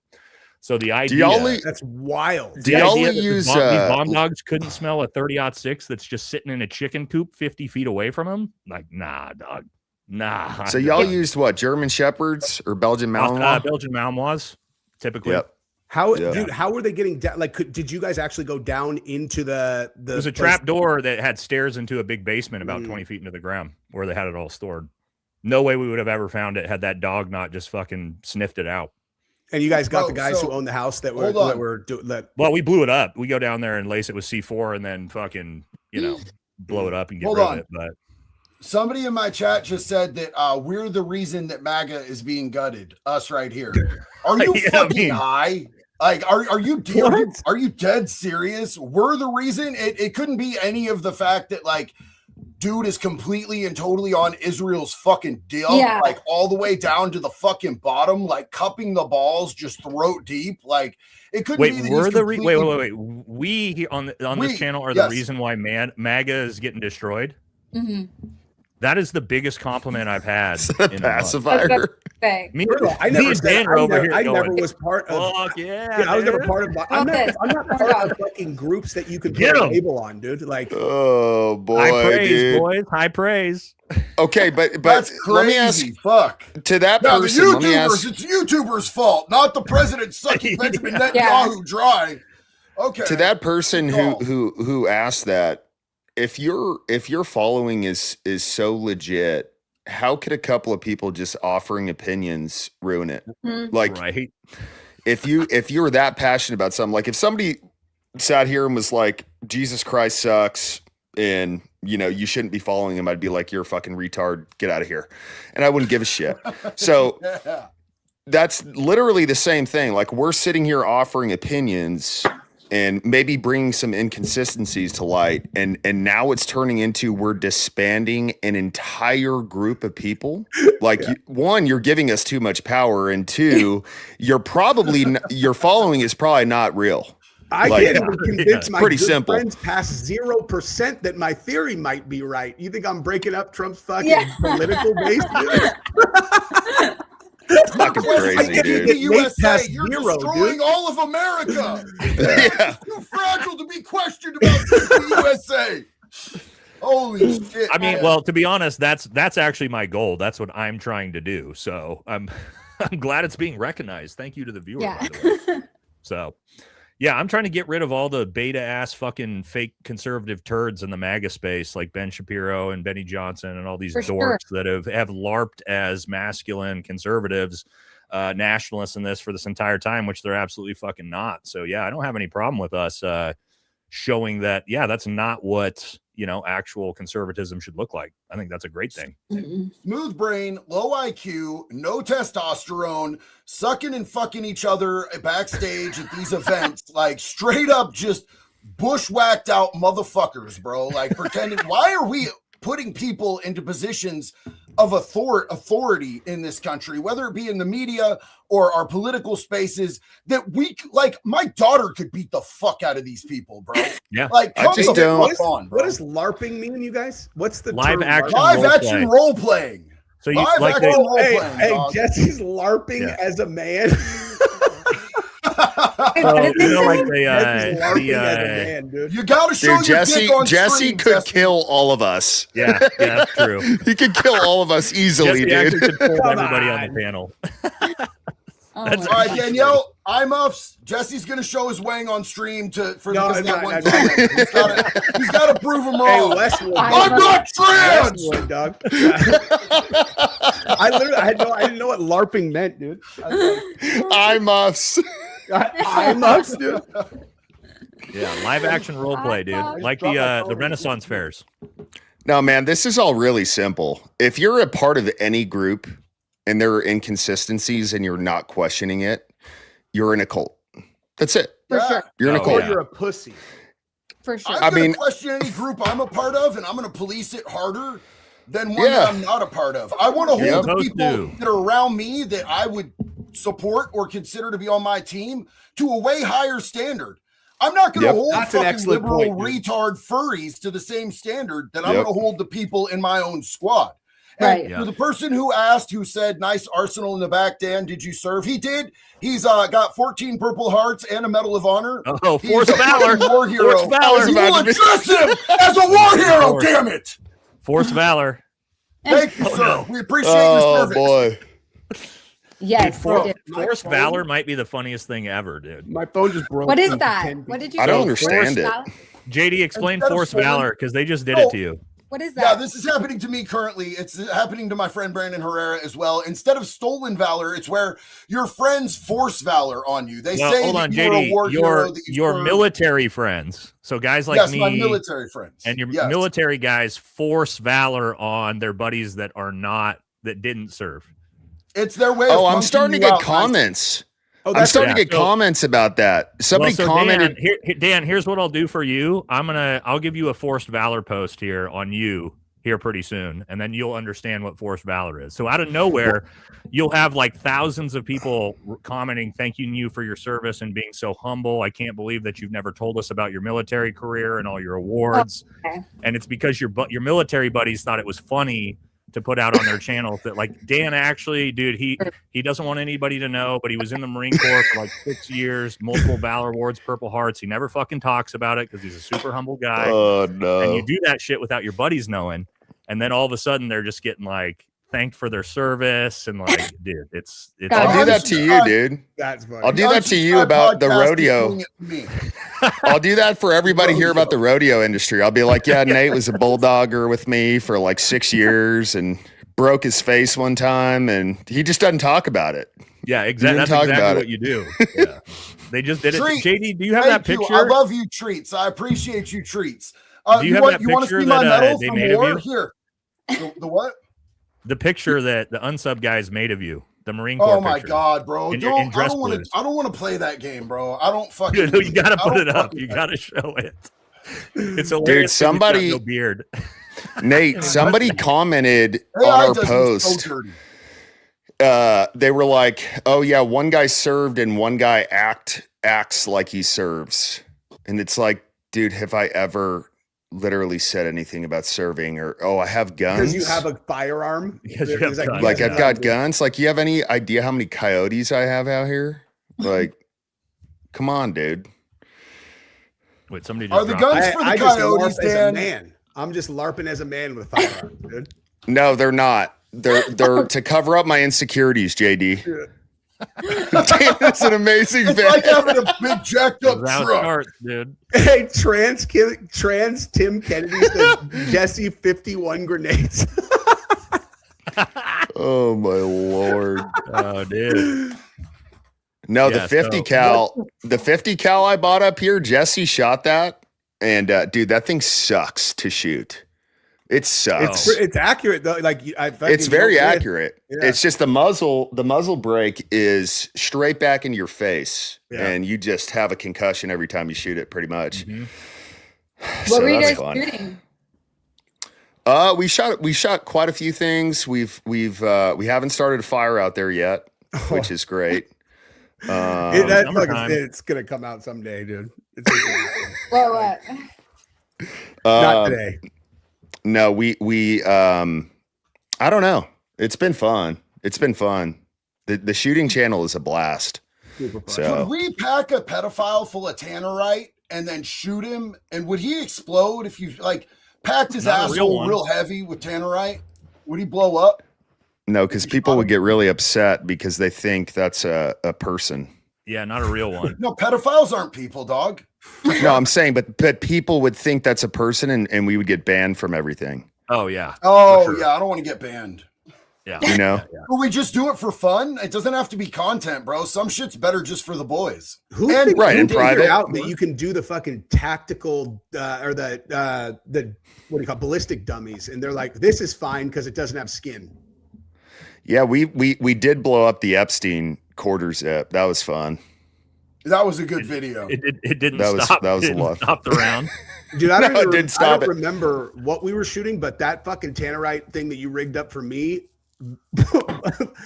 blew Jesse. everything to smithereens, dude. But, So the next video we're doing with you, we bought drunk glasses, yeah, and I put them on, dude, and I could not walk, and I almost passed out. So it's gonna be. I think shoot we with should them do the adrenaline video that Nate told us to do with those on. Oh, my God. You're going to Jesus, throw up. well, let's at And- least do the adrenaline one without them, and then also do them with them. You know, the same video, but like I We gotta figure out- the adrenaline test. We got to figure out some badass videos to do when the fellas come out. Yeah, We get Lindsey Dude, Graham I on. want to get out there next month with on him everybody. and make him find a dick because he Hey. can do it because he sniffs them out. yeah, dude. Yes, you do, Nate. Because if you wait past next month, it's gonna get real fucking hot, dude. Jesse, gonna I get feel like very we I would. want to come out there like late next month, man, and do a bunch of content with you guys. I don't know. I got to get JD to get on board and come out too. And it's I'm down. Danielle, Let's go right? tomorrow. Yes. Okay, you're welcome as well, obviously. Oh, thank you. Danielle, do you shoot? All right, Yeah. Nate. Not often, but I have, but not usually. I feel like you would be really good at. Are you like good at shooting because you're good at other things like golfing and? Ask Dan if I'm good at shooting. I don't know. I feel ridiculous saying I'm. I'll good be at the shooting. Jesse, judge of that. Jesse I'll be the has judge of that when I come out. Jesse of how has good a stripper everybody is. gun that he is very good with, very good with, Dude, or a I male did- prostitute I gun. felt- Either way, I had a little Yeah. 380 pocket gun that literally fits it in the palm of your hand, and I was like, It's "Damn, got a this makes 3-inch someone hit me trigger fucking squeeze." from 30 yards. And I thought, 3-inch trigger. dude, it was so long when I shot it. Oh my god! It's insane. It's a gun that you have if you have kids. Like if it's like because you're like no child is capable of pulling this trigger to fire. Like it's too long. It's horrific for shooting. Oh my God, JD just put it up. Fuck, dude, I hate AI so Oh wait, much. no, this isn't it. Hold on, I got to pull this one This down. is not what I look like. No. with my beard. This is I need it easy as again. fuck. Oh, I hate this shit. There he is, dude. It's There's our I can't see Semper it. Fi Marine Corps brother. Where is it? No, Oh wait, actually is it put not up. showing on your screen? No. Nope. What? Nope. How come? Nope. All right, hold What'd on, you why do, didn't that bro? pull up? What'd you hold do, on, hold bro? It's Dude, showing Dan on- can fucking shoot though. I hate Oh, this no. so much. Now is it up there? Oh, It's yeah. not what I look like without a beard. I hate this with my whole heart. That's so fucking Do you look awful. better or worse without a beard? I look way more baby faced. Who is this fucking flat faced retard on the screen? Bro? Yeah, dude, you Eli look kind of double creepy, tap. dude. It's my double tap, and the fucking unsubscribe boys are doing this to me. And Oh, I Is this love forced them. valor? look. There's plenty of guys that look exactly like that in the military, dude. Yeah. Would Yeah, that be no, I have forced more of a valor? baby face, bro, when I'm clean cut. That's stolen valor, JD. That's Come on. forced valor. That's forced valor. Forced valor It's is really sodomistic funny, valor. It's been forced upon me rectally. That is really funny, Oh dude. my god, it's so funny. All right, what were we actually talking about? I feel like we just went on the longest side quest ever right there. We were talking even about you remember guys coming out so we can blow up pedophile Yes. stuff. Oh no, that was in the middle of the side quest. I meant the False actual flag. show. Stop it. Dude, I'll come. Oh, Dude, false I'll flags. come stay at the ranch the whole time they're there, dude. I'll just stay out there. Let's do it. Yeah. All right. Well, we got super chats if we want to go through those. Run it. How do I see that? Oh, they'll come up on JD. the JD, PPA. yo, John, what's up, man? John is rocking the "Make Pedophiles Afraid Again" shirt. Thank you so much, bro. Love I you, got man. one I of those. appreciate you. Oh, hey! Oh shit! I gotta Women. order one of those, I'll JD. send you one, Dan. They come from Texas anyway. It's an easy send. Oh, do you? Oh, you're with Bunker Branding, right?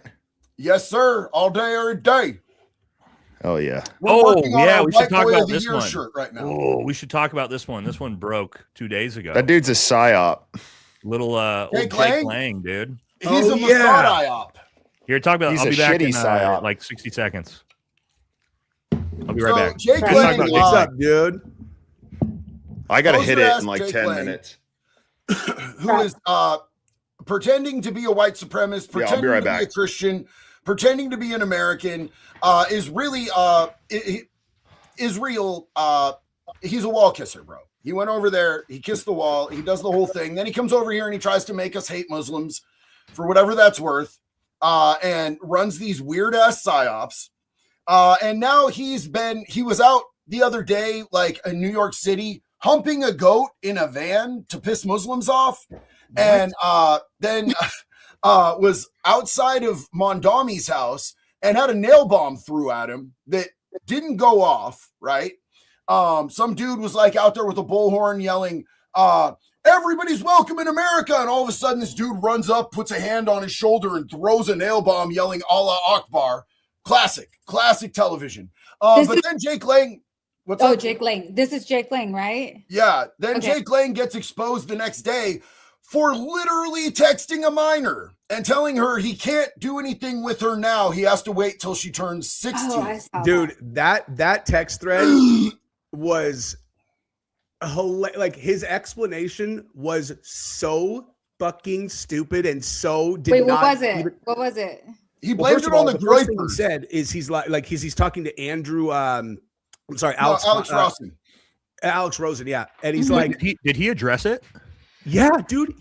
You With want Alex to know what his Rosen. defense was? He had a text back and forth with Alex Rosen where he explained himself, and then he told Alex, "By the way, man, I'm going to go ahead and post this text thread."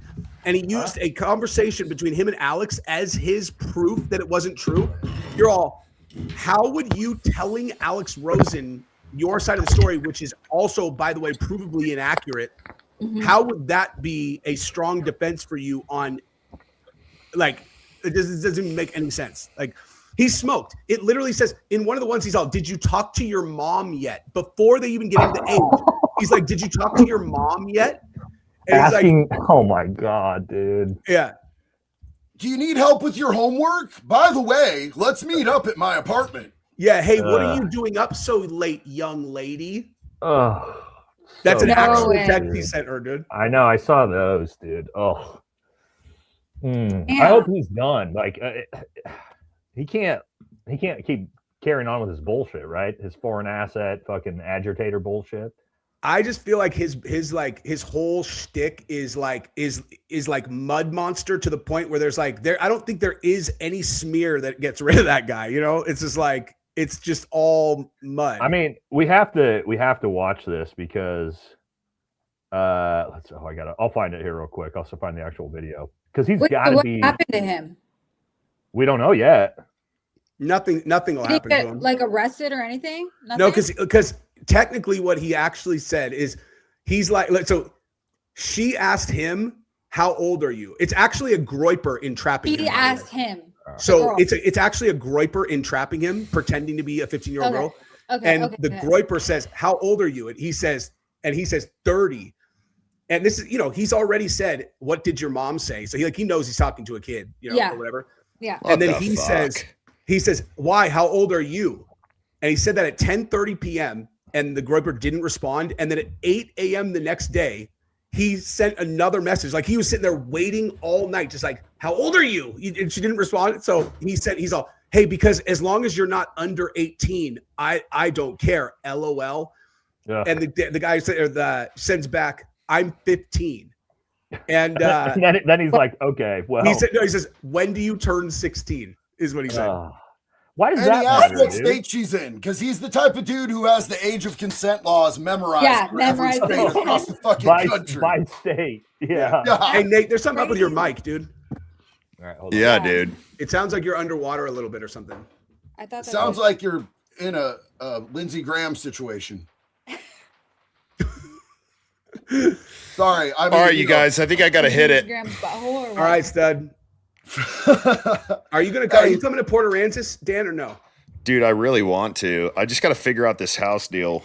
Well, we'll be there all week. So, like, if you guys are gonna come out for a couple of days, just let me know. You have the address. All right, everybody. This is a blast. Later, dude. All right. Later, Am I good? I can't Am I good hear now? you, but I know they said later. You so sound later. great now. Can you couldn't hear him, Daniel? No, I couldn't hear him. The whole time? I could hear him before, but just not then. Oh. Weird. All right, let's keep going here. Hey, did you guys see Danielle's video about Wes Watson yesterday and today? No. I haven't gotten a chance to check him out yet. I know he's turbo crashing out. Bro, Danielle has a deep state fucking actor who's given up all Wes's shit to her. Yeah, but I can't hear Nate now, so I'm gonna log out or exit and come back in so I can talk to you. All right, we're gonna get there eventually. my mic randomly changed to my laptop microphone. I hate mine does that with my headphones sometimes. Yeah. All right, let's keep moving. This one's for me. I'm assuming Nate, Semper Fidelis brother. Also, is it true that audio from congressional hearings exposed Kash Patel being directly directed to withhold information incriminating Trump? Yeah. So, well, I don't know about him being directed to, but Kash Patel fired a bunch of FBI agents that were investigating Donald Trump when he found out that they were. That did happen. Yes. Okay. Chris talked to me about that too, and he was saying that he said that the big, another huge problem with that is that even if you agreed with firing guys who are kind of involved in the leadership of that, the majority of these guys were just regular agents who got assigned to the case. They didn't have anything to do with it. They just were doing what they were told, and then boom, out. They got fired for it. Yeah, that's very government-esque. Yeah, that is actually how the government works a lot of times. Yeah. Okay, let's see. Bobby says, I said it once, I'll say it again. Erika looks like one of those teachers caught with her student. Yeah. Oh, bro, I love Bobby so much, dude. There's Bobby's an such a abnormal fucking number beast. of blonde hot teachers that seem to have an affinity for 16-year-old boys. Very bizarre. Yeah. You can see it. I can see it. MAGA loves to talk about DEI hires, but what about DUI hire? Pete Kegsbreath, Secretary of War Crimes. I like to call him fake. Secretary of War Crimes is hilarious. Fake weights Pete, I like to call him. Complete operational failure to not have a plan regarding the Strait of Hormuz. Yeah, and we're seeing that with gas prices, everybody. How high do you guys think gas prices are going to get? Dude, I think we're going to make a deal that requires us to give concessions that were unfathomable a month ago. Oh, we're going to surrender? I don't think we have. I don't think we have a choice. Based on what I heard this morning, we have 100% no choice. agree with you. So this is. Can I give you guys my three? And I talked about it on my live. I think on my last live, the three options that are going to happen in this war. Okay. One, in about a week or two, or Donald Trump, maybe even the next couple of days, the United States surrenders. And by surrenders, I mean we capitulate, we run out of munitions, we realize Israel's getting absolutely destroyed, but we declare victory. Donald Trump declares complete victory. We did it, we won, and then we bounce. And we're like, all right, we're good. Nothing is achieved. And I think that's kind of the surrender option, Jesse. Two, we have some type of false flag that we actually go full-scale boots on the ground, another 10-year war, we lose 150,000 soldiers. Or three, either us or Israel goes Japan, Hiroshima style. We have to force Iran to capitulate, and we nuke Tehran. I think all three are actually legitimate possibilities. Yeah, I think it's going to be number one, and I think that the almost ironic thing about it is that what was the stated biggest overarching goal here was like Iran cannot be allowed to have a nuclear weapon, and after this, Iran could literally just be like, "Yeah, we're going to make nukes. What the fuck are you going to do about it?" And why would they not? If I'm Iran, I'm literally I'm doing everything I can to build nuclear weapons as fast as I can, because we have no option but to nuke them. Because we tried it, and they have operate or what's a strategic whatever. We tried it. They're going to win again. They're going to win again. I do like this comment right here. Trump derangement syndrome is a sickness. Yes, at this point, supporting Donald Trump is TDS. Trump derangement system is MAGA supporters. So I do like this comment. It definitely is a sickness. I agree with you on that one, I support Trump with things that I agree with him doing. I'm talking like the Iran war. Like fucking kids, or the Iran war? No, not that. I don't think he did it. Well, what things do you agree with him on? Currently, policy-wise? All the HHS stuff. I'm a huge fan of RFK and that stuff, but obviously. Do you mean like just now we made protections for Monsanto so that nobody can sue them for cancer, and RFK had to backtrack, and then also we're no longer going after we're not going after food dyes anymore. Like all the HHS stuff has been thrown out the window. So you support what? That Monsanto now can give us cancer and we can't sue them for it? That could be true is if you're right about it. I am right. That's a huge story. That was 2 weeks ago. I just got glitched out, but they hold on, let me see the Monsanto one. It doesn't matter. As far as the Iran war, that's kind of a big thing to miss, Jess. Yeah, that's old news. So this is my point, Jesse. Is this what I'm talking about? Is people who are like still stuck in MAGA? They're like, well, I support some things, and then I go, well, yeah, but none of that's true. He's not doing any of that, and you go, oh fuck. Mm-hmm. Oh, the fucking news cycle is like week to week, and it's like this week. So what else? Give me something else that you support. From the very beginning, I was like, why the fuck are we doing this? Why are we going to war? Give me something else that you support Trump's doing policy-wise. Oh, I don't know, dude. I don't know. Oh, there it is. That's MAGA. That's MAGA. I can't name one fucking thing. All right, I'm not fucking MAGA. No, I get it, man. You said I support Trump on good things, and then you can't literally name one fucking thing. When we're doing good stuff, I'll support it. What I'm saying is, that was my point. Is you couldn't name one thing. That's my point, man. Thought trapped, where it's like if he does something good, I can't support it because I'm like now like in the other. It's exactly. I get it, man. I get it. You're gonna get there. You're capitulating. You're close. You're still on the fence, but you're gonna get there. All right, let's keep moving. All right, here we go. Let the town hall meeting begin. Bring it on. The podcast against Laura Farling, the Super Bowl, or was that State of the Union? God bless y'all. Thank you, Chucky. Go. This one's for I'm not sure who. Hi, JD. Just wanted to apologize to you for that last live. I got really high and was talking message. I took accountability and apologized to our community. Much love, everybody. Jamie, it is all good. I say wild shit 90% of the time, and I totally get it, bro. I'm not high. I just do it because I'm like mildly, legally, violently retarded. So it's all love, Jamie. Dude, I was high as fuck this week for the first time in a long time. Yeah, JD. Yeah, Jesse. Dude. The pictures you were sending, bro. I was so fucking high. I don't do that shit. But I was in so much pain. I was like, Gabrielle's just administering the drugs to me. I was I was whacked out, man. Oh yeah. Oh, look at this one.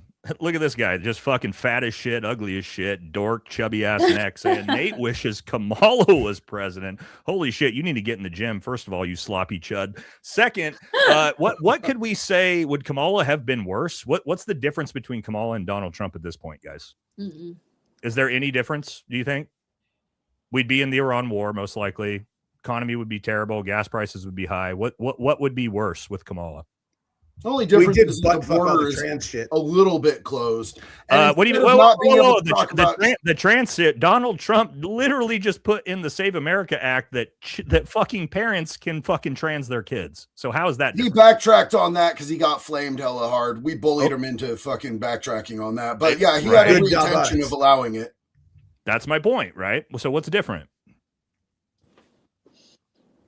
Come on, guys. What's different between this guy? This dipshit left the comment. Let's help him out. Oh, dude, I'm not anywhere near that I would have voted for Kamala ever. I always said I would have voted for I'm RFK saying, what over is Trump from the different? beginning. What would be different with Kamala as president than we have as Trump? Oh, fuck. I don't know. I intentionally don't go hardcore. I fucking no idea. Nothing. The answer is nothing. It'd be exactly the same, right? We all know that. It's the uniparty, right? Are we there? We all agree that the uniparty fucking exists at this point? Everything stays the same in all of the major categories, no matter what, always. Exactly. So again, just be careful with this. And seriously, get your fucking shit together or change your profile picture. My God. Okay. Let's keep moving. All right. Florida man here. I've been through every hurricane since David surfed all the largest waves. Sick. Never surfed a nuke shock wave. Join me at gate code 7754. Okay. So I kind of like that one. Yup. If they nuke off the that's like Point Break, right? The giant wave that Keanu Reeves and Patrick Swayze surf. Yeah. Wait, say that one more time. The nuke wave, the giant wave that they surf in Point Break. Dude, Yeah. in the new Point Break, they did that, like the tsunami wave, but like the original Point Break was just, dude, that's the 50-year storm at Bell's Beach, bro. All right. We're in the middle of the Great Reset. Oh, this is for somebody. Sorry, but these ones. Sorry if I'm. These aren't mine. Anybody know? We're in the not middle of the mine. Great Reset. It is Oh. Hegelian dialectic, because cause a problem, let it get out of control, solve it with New World Order. I mean, that Yeah. certainly seems to be what they were doing. And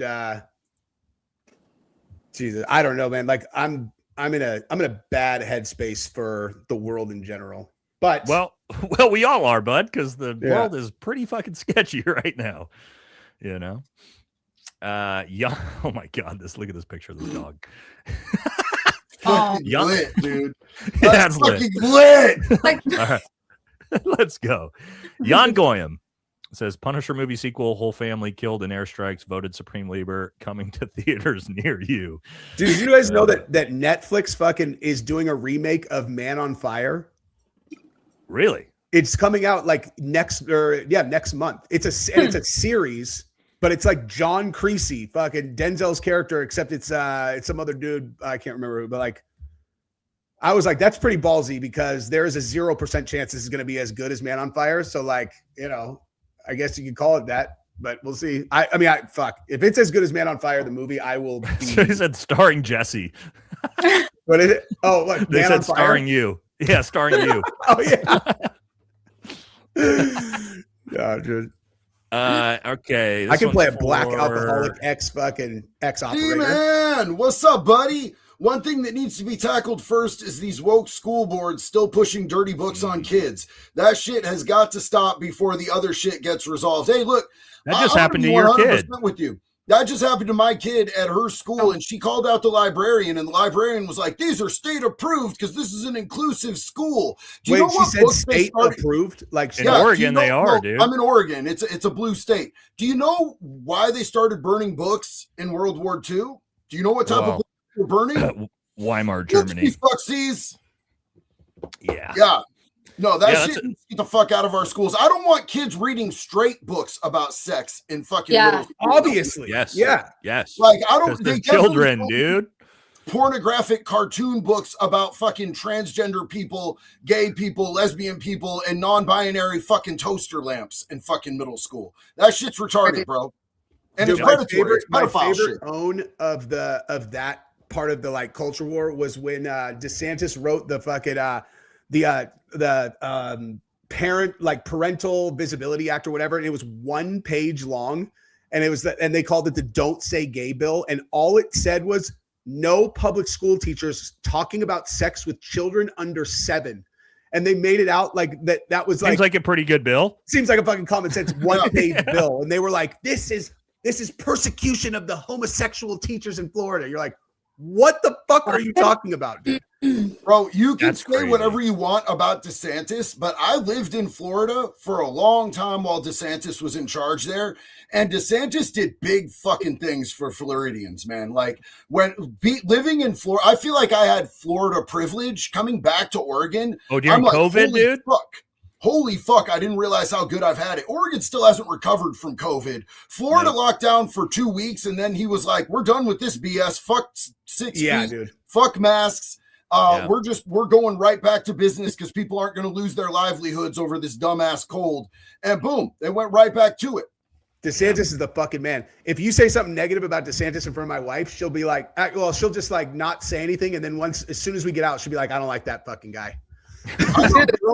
I know grown high IQ dudes in Florida that call him Daddy Santis. The daddy thing is too much for me, but you know, people in Florida love DeSantis. They're all corrupt, dude. They all are, but if Dude. And DeSantis is a 7K MAGA Ziobot, whatever, right, at the end of the day. But to your point, JD, is he actually was pushing through legislation and policy in Florida at a time when the rest of the fucking country was getting skull fucked. Right. He wants to get away with property tax, homie. Like that's what he's trying to work on to be his legacy in Florida is he ended fucking property tax. They already don't have state income tax. That's G shit right there, dog. For everybody complaining about DeSantis as a governor, come out here to me and JD state in Oregon, and you could live under our governor and or California. I can't believe you guys fucking live in Oregon, dude. That's so crazy. You find out real quick there's a big difference between DeSantis and some other governors. You know what I mean?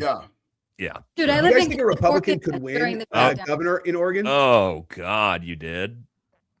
Yeah, terrible. Like our whole mall, everything was on fire. Am I frozen? No, you're good. No, you're good. Yeah, everything was like on fire, looted. Dude, every single street, homes were getting broken. Like it was terrible. You're talking during the LA fires? No, During COVID. Yep. California. And the LA fires. Yeah. Santa Oh, Monica, yeah. Rodeo, Thousand Oaks, like Studio City, all the malls, Mercedes, they were stealing cars out of the dealership, like driving them out because you know how they keep the cars inside, like in the lobby area. They were driving them out the windows and like spray painting. Oh my God. Yeah. That's what it looks like when fucking Law and Order. Gavin Newsom, baby. It was so crazy. hey. And we had the what's it called? He mobilized it. I forget what it's called. Why am I drawing a blank?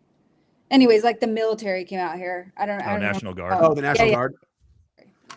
Dude, LA has had where were you when the fires happened? Me? Yeah. Here, LA. Yeah. Mm-hmm. How close did it get? But so I was working in Marina Del Rey, which is pretty close to I know San where it is, Francisco at the time. So not too far. Like you could see them through our window, and I lived a little bit further away from there.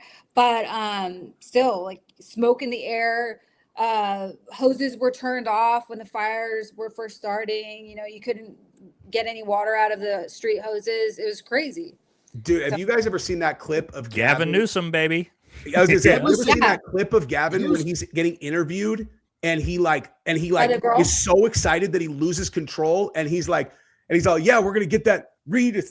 Like Rogan showed it a couple times because like Gavin just couldn't help himself but he's like, I'm gonna make so much fucking money on these burned down homes. And that clip is fucking crazy. Is it the one where he's in the street, like in the middle of the street? Yeah, he's getting interviewed on the know side of what the you're street. talking about. Yeah. Listen, here's another blatant difference between like how DeSantis ran Florida and I actually like fuck with it.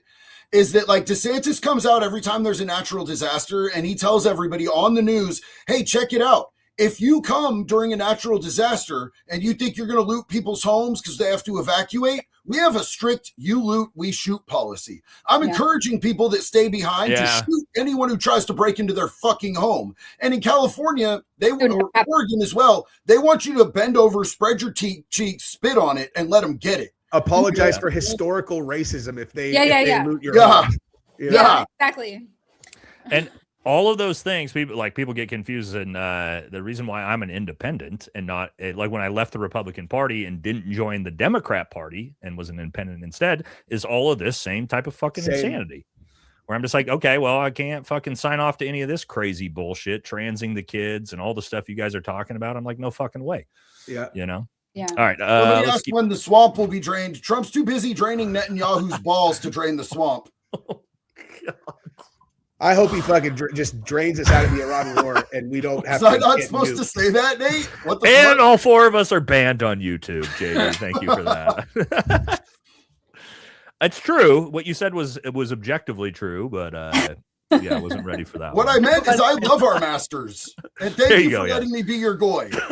Israel flags in the chat. We love Israel. Israel's the greatest country in the world. We support everything they do. Please keep genociding the Palestinians. We support you. Thank you. So let's make sure we get that in the chat so the algorithm doesn't ban all four of us. Okay? Let's go. Bitcoin off to the races again, son. Bitcoin is? Yeah. What? I snapped That was it up, winning. like about a month ago. I was like, dude, I think it's about bottomed out, and I bought another one. What's it at right now? It's at 71. Like I think I might buy another. Yeah, that's a pretty good level, I think. Dude, it's because it goes like here, then it goes here, and then it goes here, it goes here, and it goes here. It's like it's about halved itself. So yeah, because it was at 125 when it was at its high, I think. Whatever. Okay, let's get a couple more here. I'm not sure who this is. It says Rick Robbins, 100% MAGA here. Vance and Rubio are up next. Positions interchangeable. Well, where's JD Vance, guys? Anybody see JD Vance for the last week and a half? Hey, you know what? I'm really mad that this whole war just sunk his want us to go into Iran. He's missing. Why is he missing, JD? Because he doesn't want to be tied to this fucking war because he's never going to be president now. He voted against it. Tulsi voted against it. Whoa, Tulsi's whoa, JD, no, or Jesse, no. Tulsi voted against it. JD, why did JD vote against the plan? Oh, I just heard that JD and Tulsi were the two that voted against it. Right, but why? I have no idea. Tulsi voted against it because she's anti-war. We gave her a hard time. At least she did. Why did JD Vance vote against the plan? Fuck, I don't know. Because he wanted a bigger strike than Donald Trump had a plan for. Are you sure? Is that true? 100% true. No way. Yep. JD Vance didn't think it was a big enough attack on Iran. So yeah. Good luck being president, buddy. You fat chud. Yeah, JD Vance has no path to victory whatsoever. Really Marco is. Rubio is a little bit scarier because I think Marco Rubio he's going to be the front runner for sure. JD Vance. Dude, I wonder, like, if Tulsi runs, I will fucking throw my weight behind Tulsi for sure. Here's the thing, Tulsi. I do appreciate her being the sole. Now that we've learned her being the sole non-vote on invading Iran, but I mean, she's got to come out publicly and denounce this shit, man. She for the last 15 years, her entire platform has been anti-war. That's why I love Tulsi. I wanted Tulsi to be Donald Trump's vice, but she's got to come public and say, fuck no, I don't agree with any of this. Just being silent on this is not going to get it done. Let me pose a question to you in a complete, this is a genuine question. Like, let's say you're in her position and this is like just an operational fact that if you do that, for sure Trump's just going to fire you. And then why did she leave the Democrat Party? Because she endorsed Bernie. They railroaded her. She refused to back Hillary and all of them. And why did she refuse to back Hillary? Because she's a warmonger. And so this is my point. So if she's already demonstrated that she will not stand for this bullshit and she'll leave, if you force her into it, she's been forced into it, she's not leaving. So she's lost a ton of integrity and respect when it comes to that. What if it? And I'll throw some defense behind Tulsi because I actually trust her motives. Don't get me wrong. I love Tulsi, huge Tulsi fan, but she's fucking up right now. She has access. She's the head of national director of national intelligence. So she would be privy to the top level of what actual domestic threats that we're facing from overseas. Correct. What if she's looking at this and she's like, if I leave, it makes it much more likely. No, because Tulsi already came out and addressed this. What did she say about Iran? The threat of Iran. I don't know. In the congressional hearing 6 months ago, she came out and said there is no credible evidence whatsoever that Iran is developing any type of nuclear weapon. No. I don't mean from Iran. I mean like she's aware of some kind of threat. We're talking about the Iran war and why she's not coming out and talking against it. If she thinks Trump will fire her and then she won't be able to affect defending the American people against some other threat that is No. You're doing mental gymnastics, brother. Yeah. She's already been disrespected by Trump twice. I'm just trying to imagine. Do you know what Trump calls the DNI? What's the Director of National Intelligence, Tulsi Gabbard. Do you know what his nickname for DNI is? Do not invite. You know that? How do you? Because Trump said it himself about Tulsi Gabbard. What did he also say about Tulsi Gabbard 6 months ago after that congressional hearing? He said, I don't give a fuck what she has to say. We're going to do what we do. Go watch it. She said it on his airplane to the reporters. You got to keep up, brother, with this stuff, right? I intentionally don't, dude. I intentionally fucking don't. I don't keep up with a whole lot of this stuff too. That's why I reserve having opinions on certain stuff. But I think what Nate's talking about is when she came out, right when we bombed them the first time, right? And she came out and said they don't have weapons of mass destruction. They're not. Yep. It's not a credible threat, and that's not what we're actually doing here. Correct? That's when Trump turned on her. Yep. Yeah, I thought that was when he turned on her, because there was a very direct turn on Tulsi.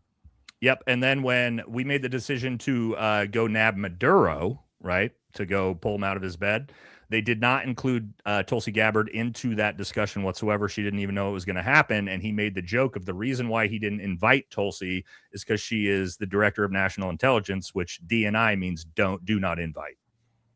So, yeah. So to my point, Jesse, if you're Tulsi Gabbard and you've been disrespected twice by Donald Trump, and now Donald Trump is invading fucking Iran when your entire political spiel for 15 years is anti-war, why would you keep working for him? I just honestly, I don't have enough. I don't know how all these parts fit together. No, I'm just saying, if you were in her position after he's done all of these things, why would you not leave yourself? Why would you wait to be fired? Why would you not put your foot down and say, fuck this? I'm speculating, but if I understand Tulsi, which I think I have a halfway decent handle on her personality, I would imagine that her motivations have to do with what she perceives to be the best move for the United States. And if she does this against him, then she gets ousted, that she thinks it'll be worse for the USA. I might be projecting like too much fucking faith in her, but that would be my guess. You are for sure. Think so? Yeah, of course. I think she's in a position now. The reality is she left the Democrat Party. She burned all those bridges. She wants to remain in politics. If she leaves the Republican Party and burns all those bridges, Democrats aren't taking her back. What does she fucking do? She's irrelevant. So she can't go anywhere now. She's stuck. She made her bed and now she has to lie in it, as the phrase would say, you know? And it sucks because I was a huge fan of her. I still do like her. I just would like to see her have a little fucking backbone and integrity and, you know, her own values that she portrayed to us for 15 years. I'd like to see her actually carry those through, you know? Yeah. Like when you saw me flip out about when I was really under the weather that first day and I lost my shit and wrote a 3-paragraph thing about Crowder, you know, like that stuff that's why I'll always default to people like her who are in leadership, who have actually had to do the things that these fuckwits are recommending that we do. And it's like, why are you not listening to her, who, you know, they should be listening to her. Yeah, I know. For sure. That's what I'm saying. But I mean, the same thing happened with, you know, the Charlie Kirk case when the FBI and Kash Patel shut down Tulsi Gabbard and Joe Kent and didn't allow them to have any information or any access to anything to look into foreign involvement in that. Yeah. But again, slapped in the fucking face. And it's just, I look at it this way. For me, man, it's like, let's say I was a part of MAGA and Trump appointed me to something, and then he just fucking spit in my face and slapped me in my face and publicly embarrassed me multiple times, and then was doing all the things that I morally am against. I would fucking resign and I would say, fuck you. That's what I would assume most people with integrity would do. It just depends on how people see their role. Like I never see myself as like I've always been a person. I'm like in groups, but I'm doing my own thing. And where like, if someone was like, I am a subordinate piece of a chain that connects here, then I could completely understand that. Like, I always would just think of myself as like, okay, no matter who it was, I'd be like, okay, but where do I fit in this? Because my goal should be the United States of America, protecting American lives and and if coming out publicly against him was most likely to have a positive outcome on whatever I saw to be the priority to protect Americans, then I would do that. And if I thought it would lead to something that was a less good outcome, I would not do it. You know what I mean? Yeah. Again, for me, it's just like, again, we're both fans of her. Yeah. I'm just disappointed that she abandoned her values. And here's the thing: is if you're a fan of somebody, if you're a fan of somebody and they have like portrayed themselves in a certain light, a certain principle, a certain character, and they start letting you down on that, you should objectively hold them to a high standard because you were a fan of them. You did support them. You did fucking have their back in some way, shape, or form. You have a responsibility to hold them to that higher standard, bro. That's true. Yeah, For sure. I would say in this case, she stood up to a higher standard than everyone else that was there. I'll know give what her I mean? credit. We do know she was the one dissenting vote on invading Iran Yeah. out of the administration. So we have to at least give her credit that on the backside when nobody was watching, she did her one little part she could do. Dude, that But must have again- been so disheartening for her going through that process, man. Can you All fucking of imagine? them, dude. Can you All of imagine? them. Yeah. Like Especially she for her, went she- with and- all the shit she went through. She got promised the same thing we all did. Yeah. No new foreign wars, no new foreign entanglements, no war with Iran, no new forever wars, no regime change wars, right? We all got promised that. Yep. She doesn't strike me as someone who's very understanding about someone being like, well, you know, it's a political promise. It's like she has always struck me as a person where if we eyeball and say a thing, I can absolutely bank on the thing she said being the thing that is going to happen from her seat always. I'll say there's still plenty of time to see changes happen in this administration. We're early. 2.5 years left in a raging war. You could very easily see. We just saw Noam get fired. You can see the midterms, I think, are going to really shake up the political world. If Democrats absolutely obliterate the midterms and take both the House and the Senate, I'm not sure they're going to take the Senate. If they do, you're going to see huge changes in the Republican Party, because what's going to happen is Republicans, after they get blown out, are going to go, oh, this is a liability now. And politicians, we all know, are opportunists. And if Trump becomes a liability to your politics, they'll all flip on him. We're going to see here in about a year what really shakes out. What I hope happens is Jesse, that real quick, Yeah, go ahead. James Twain, I love you, brother. That was dirty. I love you, dog. And Banhammer, what's up, brother? You know you guys are going to hurt yourself trying to figure this mess out. I love you. Thank you so much for that Yeah, support. dude. Both of you guys are fucking incredible, man. I appreciate you. What do you guys think about the fact that there's 3 people from the administration that are now civilians living on military bases Pam Bondi because just they're moved to a getting military such base. credible threats? So isn't it like it's Stephen Miller, Rubio, and Bondi all had to move to secure unnamed military locations? Is that something that's happened before? Nate, I have you must no know idea. this. I have no idea. I hope that yeah. I don't know, think thing the I was gonna attorney say- general's ever had to move to a military base No. to fucking because think they've been Nate getting threats. would know. And it's by people, not only is it from the cartels, but it's from Americans that are pissed about the Epstein files. No, but the cartels are not upset with the Trump administration. No, the cartels have completely. Go watch my buddy Andy Stump, his documentary series on. Oh, your buddy's a stump? I like that Yeah. guy, dude. I mean, I don't know, but I've always He liked just did his a stuff. big expose on how the cartels have basically figured out the southern border and now have essentially switched to the northern border in Vancouver, and all of the precursors are now going to Vancouver, and the cartel is now just bringing everything across the northern border. Canadian. So the cartels are not hurting; they're doing just fine. So there's no threat to Pam Bondi or Kash Patel from the cartels, from the actual country themselves, and a bunch of pissed off fucking Americans, Pam Bondi and Kash Patel, and they may have. But I would say this: if you're Pam Bondi and you are so bad at your job that you have to move to a military base, maybe it's time for a new attorney general. I think I that we feel like actually you might are a see favor to fire her right now. like we might see a huge positive swing in the right direction over the next 6 to 18 months, because if we're right about what's going to happen here to end this conflict, there is a huge reshaping of just strategy inside the US government, where it's like these just a bunch of people making decisions, and it's like this time they will know that the answer to I'm not going to get what I want can't be press button, blow things up, because you're going to lose again. Yep. And it's and so if that happens and this ends up being I think that could be it could potentially be a very positive thing. Now, I will always acknowledge I don't understand how all of the geopolitical fucking monetary policy stuff, BRICS, I don't understand all this shit to where maybe there's a much larger risk to that outcome to our way of life. But I think there's certainly an almost certainty that there's going to be a much, much less likely scenario of us attacking people after this shakes out the way it's probably going to shake out. We're finding out that the emperor has no clothes right now. And I hate to say this as a retired Green Beret and someone who loves the military, and I do absolutely love the military. I still suggest young men join the military. It's really demonstrating how potentially not as strong the U.S. military actually is. This conflict is. It's really, really ugly for us at the moment. It's sad to see. My buddy Ben Pappas, former Lieutenant Colonel MARSOC commander, did an entire episode about how the entire air campaign has utterly failed. And that's somebody extremely brilliant in the space. And so it's rough to watch. And again, if you watch Fox News and you're a MAGA, and I get it, you're going to think everything's going swimmingly.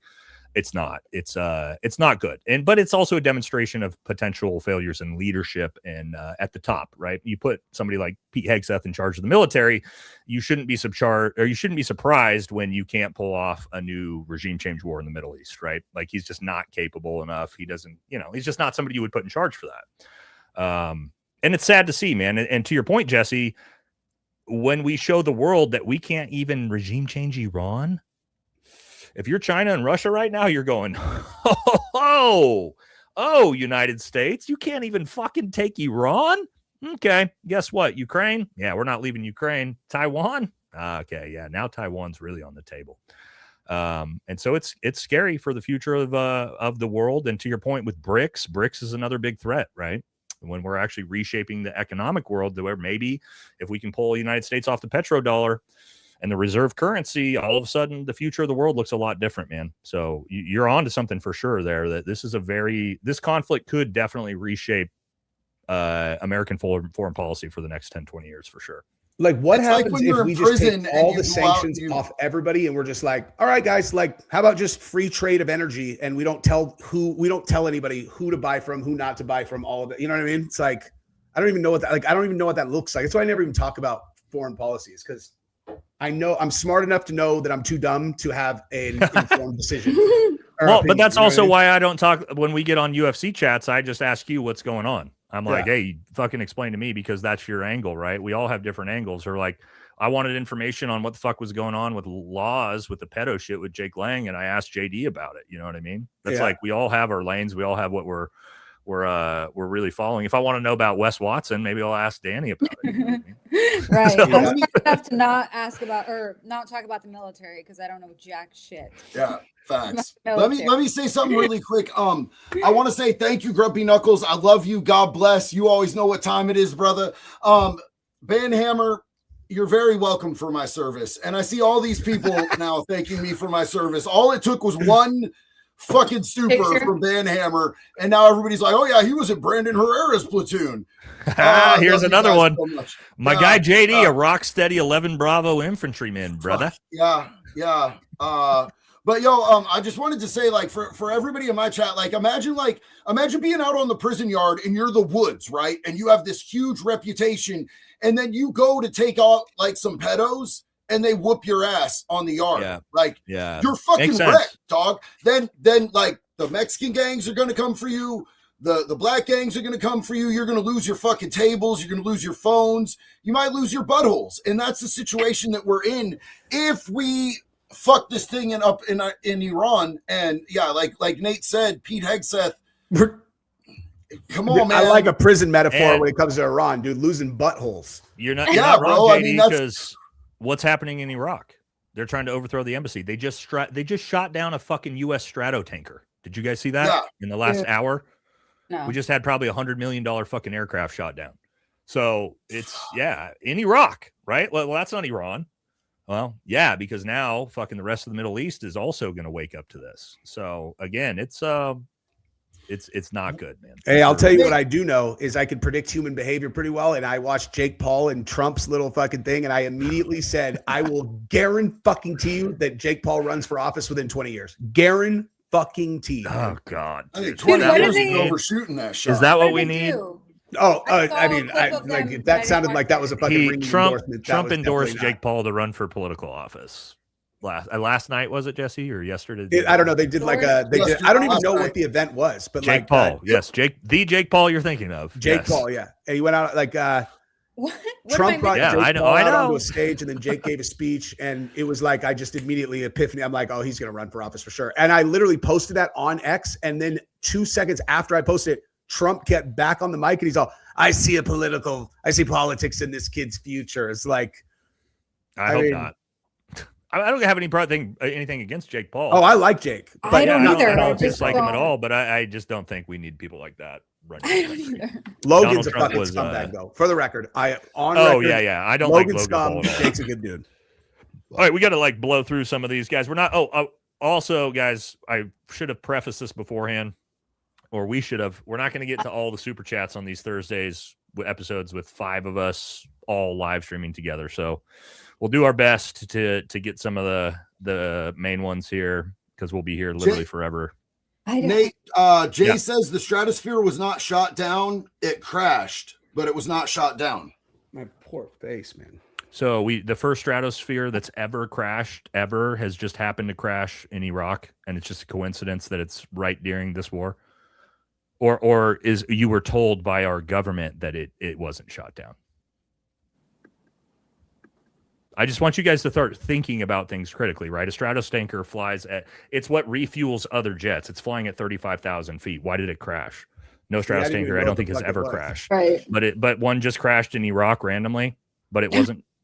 Okay, sure. Maybe the random coincidences here. Again, we also said for 2 weeks that the United States didn't tomahawk strike an elementary school, and what was just Right. admitted by the Pentagon yesterday that it was us. Okay, That so just be I- smart when you see reporting like this that doesn't make sense, guys. Okay, Dude, right? preach into the choir. I don't believe shit the government tells us or media. Hey, you fucking believe Charlie's alive now, though, don't you, girl? Okay, I'm just gonna hit some of the bigger ones again. Sorry, guys, if we got to get out of here at some point. I'm not sure I don't recognize this person, but United States Air Force Board of Visitors, full vetting required. NCI, well, this is a lot of just acronyms here. Lying about education, automatic qualifier. No, okay. This is an anonymous Q style message. Thank you. This is for one of you guys. You guys look up at the top right corner of your screen. There'll be a little symbol by where you see your YouTube face, and that'll be the symbol next to the names in the chat to tell you whose supers they are. Mine looks like a little chain. You guys all have This the one chain. looks like the Stussy S. No, yeah, it's either Nate's okay. or the chain. No, mine won't have anything on it because I'm The the chain host. just means it's any of us, I think. Yeah, to me. Yeah, I'm just not sure. Okay, well, this is somebody. What's up, everyone? Maybe this So, is what do you Dan. think of Robert Pape on DOAC? Do you think he is the next Iran war expert? Never even heard of the guy. Department of I don't know who what that is it? is. Department of Robert Pape. Don't know. Don't even know the acronym. And I know almost all acronyms, so I'm not sure. Dude, what we're Robert talking about. Pape sounds very familiar to me though. I don't know. Yeah, I don't know who that one is. Hello. This is one of you guys. Golden Ticket Comics said, can you tell from the release pics of the bullets which one said, hey, fascist catch, if they are frangible? There's no release pics of the bullets. There's That's no release problem pics A. of the bullets. Yeah. And the pics of the rifle they released were pics of a random 30-06 that was not the rifle that they supposedly recovered. It was a fucking So Reuters photo, and they said that particular photo is part of the central story of how Tyler Robinson's parents figured out it was him, which makes absolutely no sense, obviously, because how would the father say that looks like my gun when it wasn't his fucking gun that they released in the New York Post? And when you think about the story related to the dogs not being able to find the gun, and then whoops, suddenly they find it, you go back to the fact that they didn't have a picture of the gun, and you go, maybe there was actual genuine complexity on how they could even get a real gun into the area So that's why they didn't have a picture of it, is because they couldn't figure out a way to sneak it in there. So they just said they had it, put out the Reuters one, and that got figured out a month later. Yep. All that's true. And then to Jesse's point, yeah, we don't know what the FBI told us it said that on the bullets, but they didn't actually show us the bullets. Yeah. So, hey, that thanks, was pretty FBI. convenient. That's Pretty convenient. That, hey, leftists did it. Leftists Isn't that did it interesting? for sure. Yeah. Oh yeah, Deadpool, Deadpool says, Kid, what up, homie? Wait a minute. There's a woman on the screen. Deadpool Kid, this is Danielle. This is our homie. She is awesome. If you're not following her, she's Daddy Welz. And you can absolutely find her channel. She does some great content, a lot of crossover as far as like covering the Wes Watson debacle. She gets into a lot of the really cool, grimy shit that's going on the internet, and she's a badass. What's I up? used to be deep in that space, Danny, right? On my other channel on American Thor. That might have been Me? before Are you talking to me? Oh, sorry. Yeah. I used to be I big in saw- the fake alpha male content for I've a while. seen a couple of your videos. Yeah, and then I Yeah. saw. I just don't have the time.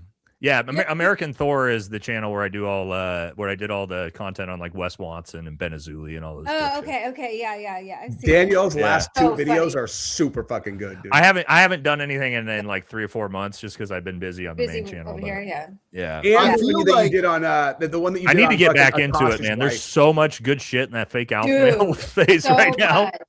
So much. I need to get back over there and start. I feel like Ben Azuli simping for Israel hella heavy right now, like would go super I fucking know, hard. dude. 'Cause And he's Andrew out there Tate, just dude. cheerleading. Yes. and the He's- top goy, dude. Like, he's dude, why going don't you go For fight in the Israel, war? then fucking Yeah. Lindsey Graham goes on little boys. It's great. Yeah. Yep, And yep. did you guys see his song that he sung recently? Oh, Ben Azuli. Not Ben, his recent one. Does he have a Ben's new one? song? his rap song. No. Oh, he's got another one? Okay, he did a rendition of the Blue Man Group. Do you know the Blue Man God. Group? Oh, Blue man. Man. He was like, I'm June. Oh, I saw Oh, that, dude. I no, You saw gotta that dude. video. God, and watch it. Oh my God. It's Yeah, I got to get back over there and get into that. That guy, like, what do you think your diagnosis of that guy is? Because there's like something actually wrong with that guy. dude. I Oh, don't know. yeah. I was thinking about that the other day. He's for His- sure like a pathological Oh liar. well, his and, big stolen valor stuff about like his secret agent and all that, and then Clear unit. I exposed him for that, and then so funny. I talked to him one-on-one personally. I don't show DMs. JD's seen him, but he admitted to me that he's never been in the military and never Oh, served. really? Yeah. What did he say But, about it though? Hey, Like, well, what- hey, that must have been the shock of your life when he admitted Yeah. that. Yeah, well, he had nothing to say. He messaged me about like because his mom was being threatened. Do you remember that story? But anyway, I was like, I'm not talking to you until you admit that you were never in the military. And he was like, you're right, I never was. I was like, yeah, fuck, you, He's- piece of shit. He's a classic example of if you're gonna run a bunch of shit, why you have to have an E blocker, bro.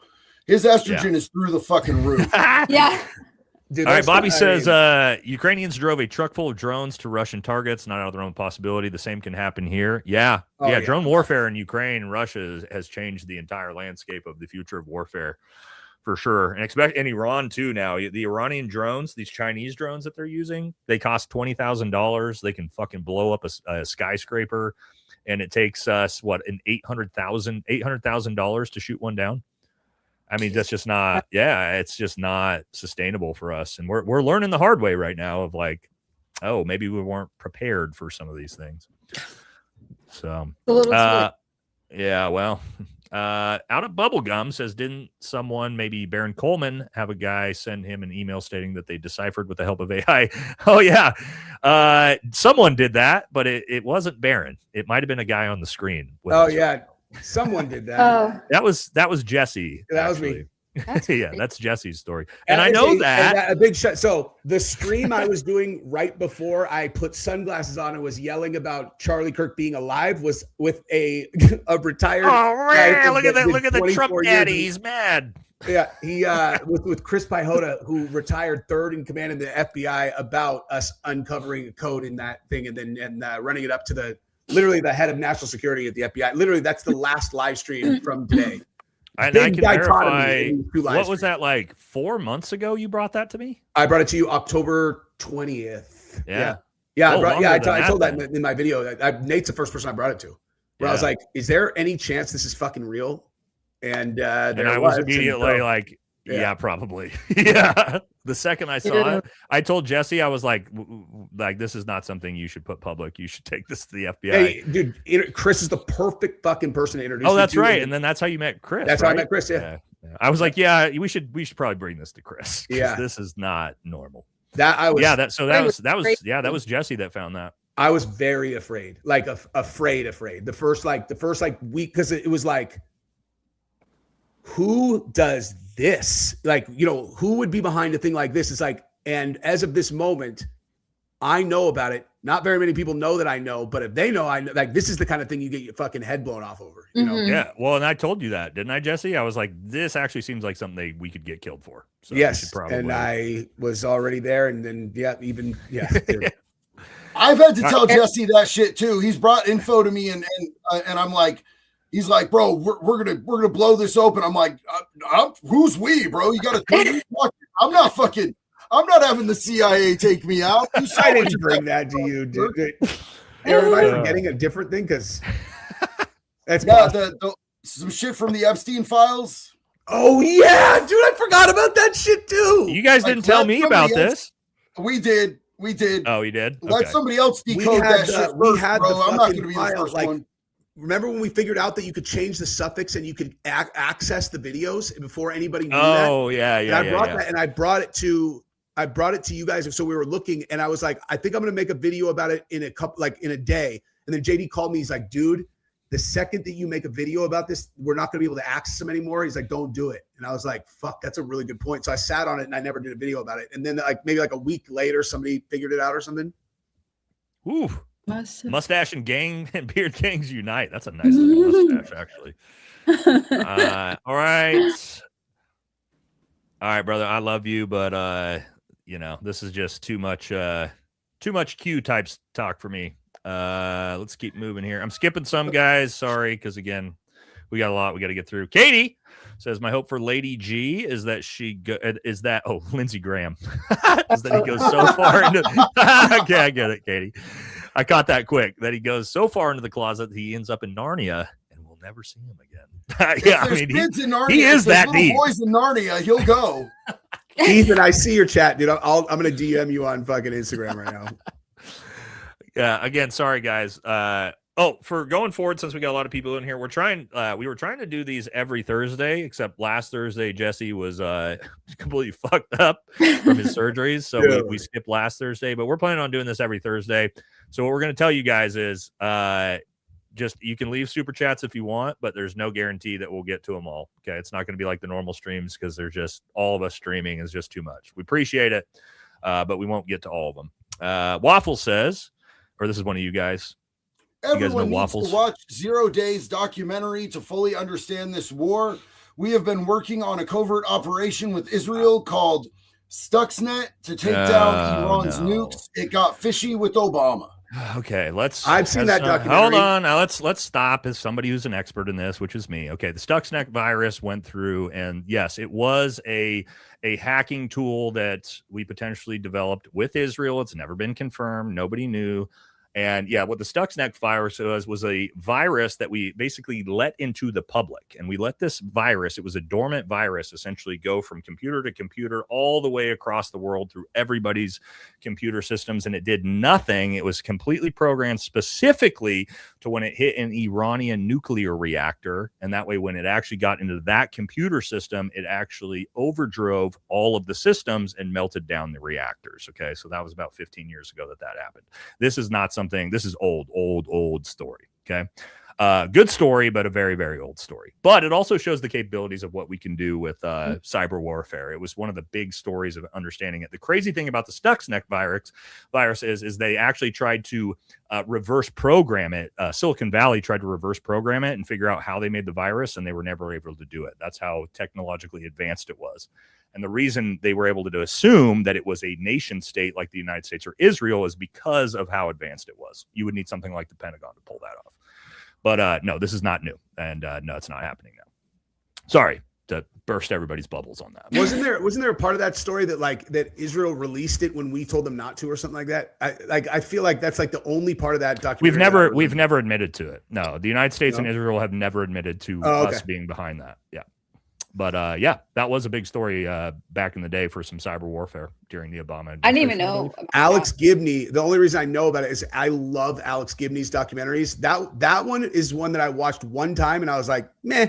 Like his other documentaries are like he did the WikiLeaks one, fucking great, dude. We steal secrets. Jesse, is this guy like he loves Trump? He's got Trump in a crown. He hates. Oh, I have no idea, but they're fucking eating me alive in the comments, dude.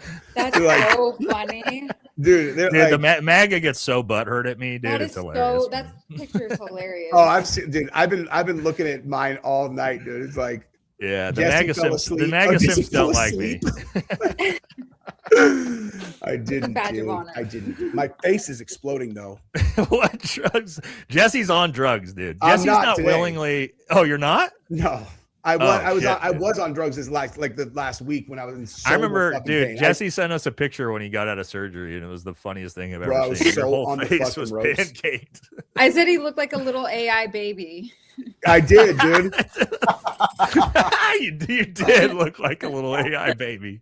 Look at that shit, dude. There you Oh, I was fucking miserable, and that was the first day before it even swelled up, dude. Lindsey Graham just wants to pinch those little cheeks. Oh, Dude, that's Lindsey messed up. Graham can pinch these motherfucking cheeks, dog. Okay, I think that's he Look good. wants at that too. Hey, look at that Oh face. my god, dude! Look at that. Oh shit, bro. That was Fat Sunday. It's Dude. Fat Jesse, dude. That was the max. That was the max swelling because that's on Thursday. They said it would get worse Friday, Saturday, and Sunday, and then it would get better. This was fucking max swell day, dude.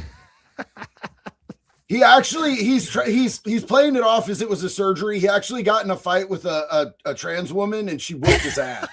Yep. That's Well, hey, here's wait. Here's There you go, dude. Jesus. Gosh, Christ, Jesse. dude. Fuck, Oh, bro. yeah, I told you guys. it's fucking gnarly, dude.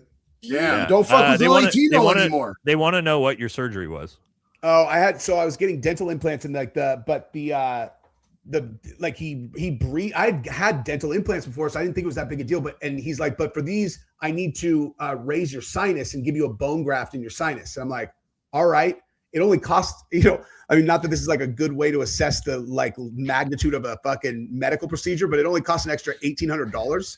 And so like I was like, all right, like I didn't think it was anything Hold crazy. on. And it was like took like a pretty minor thing to this face exploding worst 3 days of my life fucking nightmare, dude. We got Bone another graft one. is, I got like, all to through call my out. sinus here. Got to call out another retard.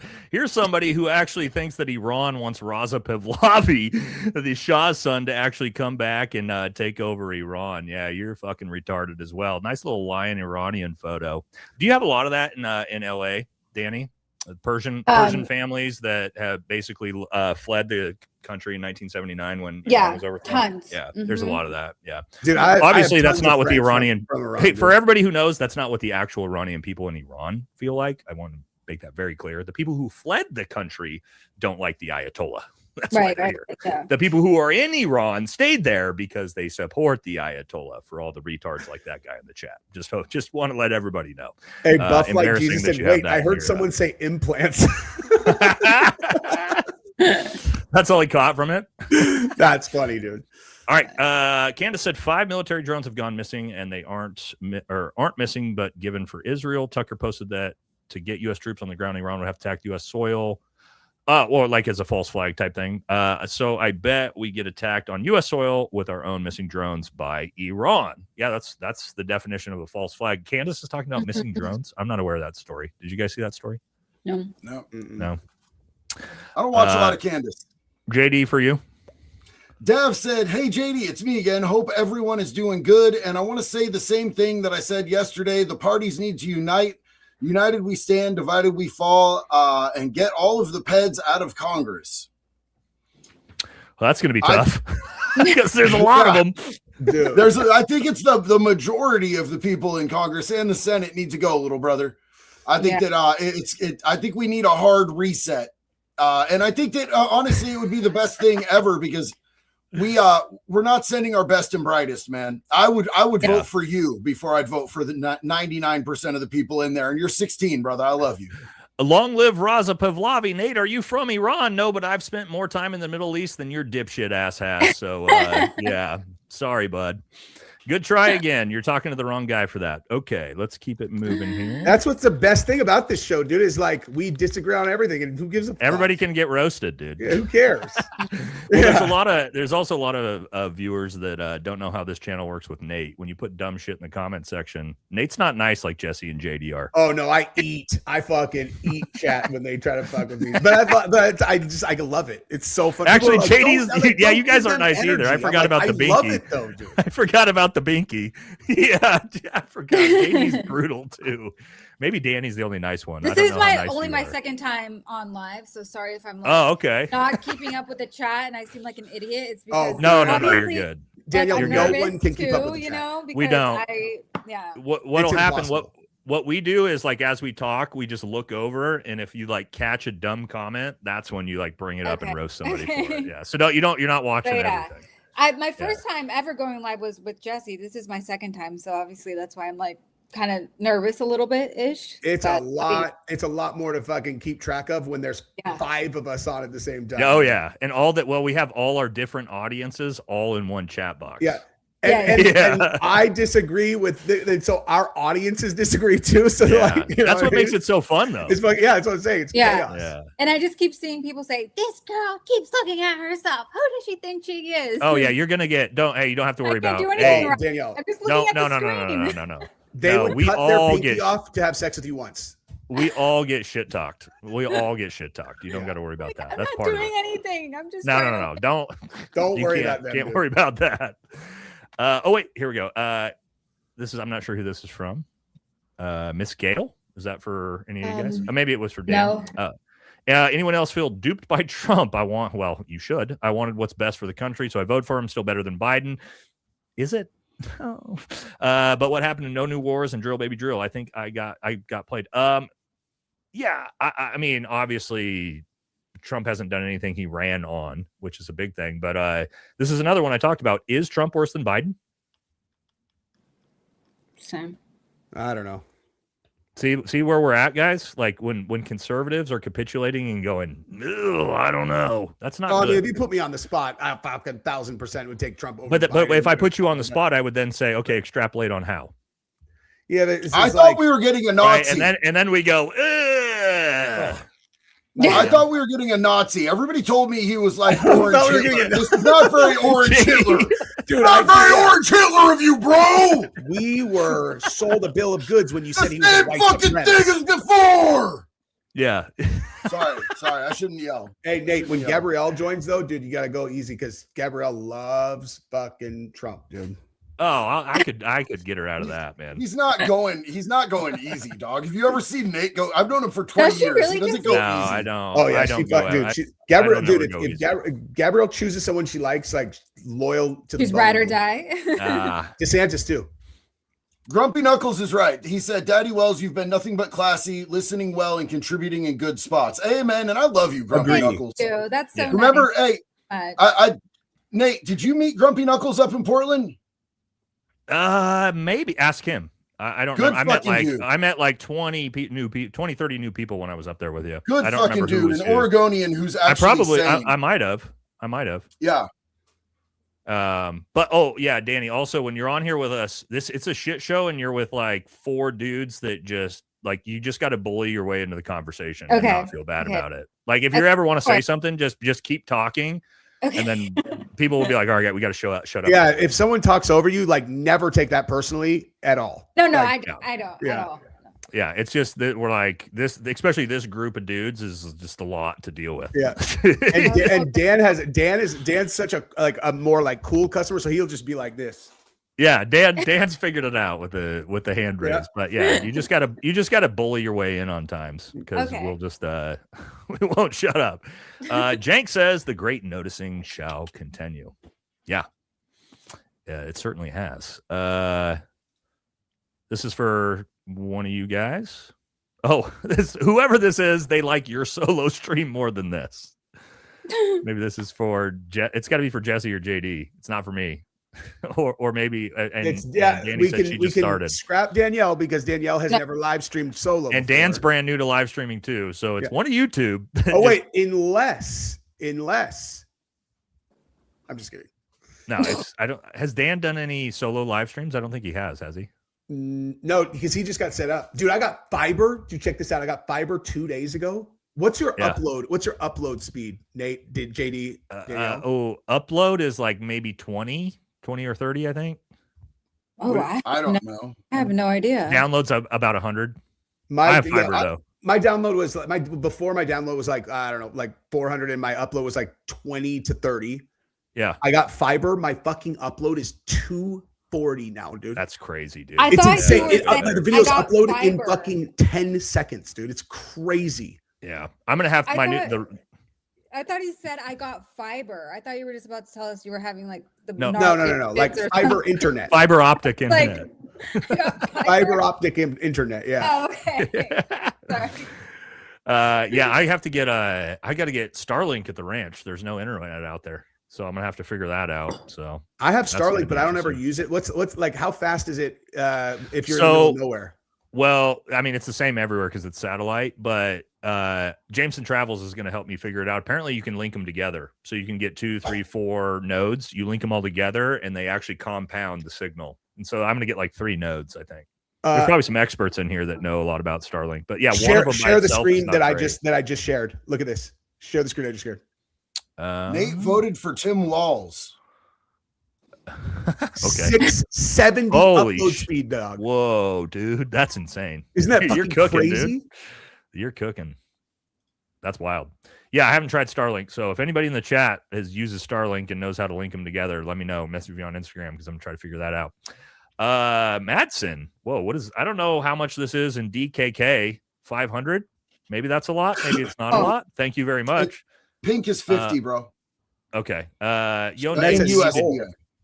You need to drink, else your brain is gonna puff. It's going bye-bye. Drink, buddy. Skull. Skull, isn't it? That's like that's Valhalla shit right there, right? Yeah, Skull. It's a Scandinavian cheers. Yeah. Or a Viking cheers. Well, I'm always drinking, dude. I've been drinking on this stream too. I got some empty. Here's we got Me empty too, ones down brother. here. Hardcore. Yeah. You guys know I'm always cooking. One of you guys me here. and Wells are sophisticated. Monster too. Yeah, Yes, you guys are me and monsters. Wells. I don't know who this is. This reminds me of when Elvis died, then went on for years and years. Yeah, that we're talking about Jesse's scenario. Jesse's scenario here too. Jesse's scenario could only have happened if he found out that Erika was his handler, and under the threat of life, he agreed to all of that and leave with his kids. Erika wouldn't mind. Actually, I don't think she would mind. No. Sorry. I think I don't understand. It seems like Erika would have been. He's saying it only works if Erika was willing to be. If Erika was, I think what he's saying is if they were like happily married, this would never work. But if she was his Mossad handler, she would be completely willing to let him fake his own death and leave with the kids. Like she gets that actually checks. Or he trusts her so much that he knows. No, there's no way Charlie was that dumb. No, see, that honestly, I really think that is the primary reason that people won't even entertain it is because they've got their mind made up on her and they're like, no way. Like I think that's like a huge barrier for people to even consider it. It is for me. I just don't believe. Yeah, I kind of with him on this. It actually though to JD, like JD said, kind of checks. Doesn't seem like she gives a shit about being with her kids. Would make sense. But like you're going to pretend you're dead and be the babysitter forever while I continue on stage and fuck JD Vance and probably Trump as well. In fairness, in that one instance though, when she went up and did the hair thing, because I felt bad because I broke her balls hard on the leather pants, and then my wife pointed out that the outfit she was in was an exact recreation of what Charlie's was wearing. The day he got shot. The outfit she was in pants, was couch leather pants, baby. With the leather fucking JD pants, loves to fuck couches, bud. Yeah, leather fucking couches. Leather couches. I didn't know about that until you guys told me about it. And she rocked the same material that she knows JD loves. I don't know, dude. He loves that leather. Yeah, he loves that pleather, baby. When's the last time you tasted some Christian? That's wait, but what were you saying, Jesse? Whoa! So her outfit what were you saying? Her outfit that she wore was what? If you look at her outfit the day that she was wearing the Matching leather his. pants, and then look at the outfit Charlie was wearing the day he got shot, she was recreating the exact outfit. Yeah, but Charlie wasn't wearing Was he wearing skin leather tight pants? leather pants. He was wearing so- black No. jeans and that exact Yeah. same shirt. So she was like I mean, doing she like could a have girl worn black version of the jeans. outfit. Yeah. Oh yeah, I'm not. I mean, I'm just saying Yeah, like yeah. that was what they attempted to do, and Okay, as okay. usual, their plan did not go very well. I You know? Yeah. Like, Jesse, I this get is it. for you. oh Jesse, you told. Oh, what's up, Fuzzy Balls, dog? I'm not stupid enough to think it was a freaking palm gun. I was saying that it's a remote device that set off a taser and blew up the blood. Oh no, that's totally possible. For sure, that's possible. I apologize. Then yes, I did misunderstand you, and that's very possible. Completely possible. Cheers. Jesse's right. All right. Well, I mean, there you What's go. up, dude? They got Big believers in Daniels, the thank you chat. very much, good sir. Uh, Hey, we'll Did that never one. know. We'll never know for sure. But Namelo says, I wonder much more that nobody has to look into the crack bang analysis anymore. Or did I miss something about it as if the wound was exit, not entry, it would even fit with the angle and the new concrete. I'm trying to figure this one I out. think he's saying like, how come we all stopped investigating whether he actually was shot from behind and that was an exit wound in the front? For think. me, I mean, I like Range Day Bro, who, you know, I think he's had really interesting takes on that. His was the big video shot from behind. I think for one, we couldn't see any semblance of entrance wound in the back when he got shot, and also his reaction does not look like he got shot in the back of the head. It looks like he got shot at least. Oh, that's somewhere right. in the front, Blue back. somewhere in the front. So Yeah. there really hasn't been any good information. Also, the angles didn't really make sense from where he potentially needed to get shot from. So I think that one just kind of like lost its oomph as time went on. That video though, that Rage Day did with the first one shot from the back, and then all of us reacting to it was first of all, my reaction to it was one of the biggest videos I've ever had. Me too. My Yeah. reaction did like 1.5 million views almost. Yeah, mine did 900,000. And then the next day is when I ran the video that was actually from the side, and you could see the impact, and you could tell for sure he got hit from the front. Yeah. And it started, it was doing 2.5 times the Range Day Bros one, and then it got fucking age restricted and just went. It was devastating. It was one of the most devastating moments of my YouTube career. Yeah, that you'll get no views the second they 18 plus it. It's dead. Dead in the wall. I hate that shit so much. Plus, it dings your channel as well. They fuck if you you have for a while. too many of those 18 pluses, then they stop showing your shit. Like everybody in my community can tell you, they rarely get notifications for my live streams and shit like that. That's why I'm always, if anything gets 18 plus, I like literally immediately go edit everything out of it, get the 18 plus taken off, and then private it. That was such good advice you gave me on that, JD, by the way. Thank you again on that, dude. And for anybody who's a creator that's watching this, I'll just repeat what JD told me, which was so fucking smart. And he said, what you do is you go in, and instead of trying to fine tune, figure out what part was causing 18 plus, you literally cut it's a 20-minute video. You make it fucking 90 seconds. You edit the entire thing down to 90 seconds, and then you run it back through, and then they'll make it green, and then the damage to your channel will get reversed. So fucking smart. I would have never thought of that. Interesting. Yeah, they Videos just did don't it. take the ding because you don't know exactly what it is that they have a problem with, and YouTube can be a fickle mistress. Yeah. This is for one of you guys as a big one. I don't People know. should have their own thoughts. First off, that is comical, though.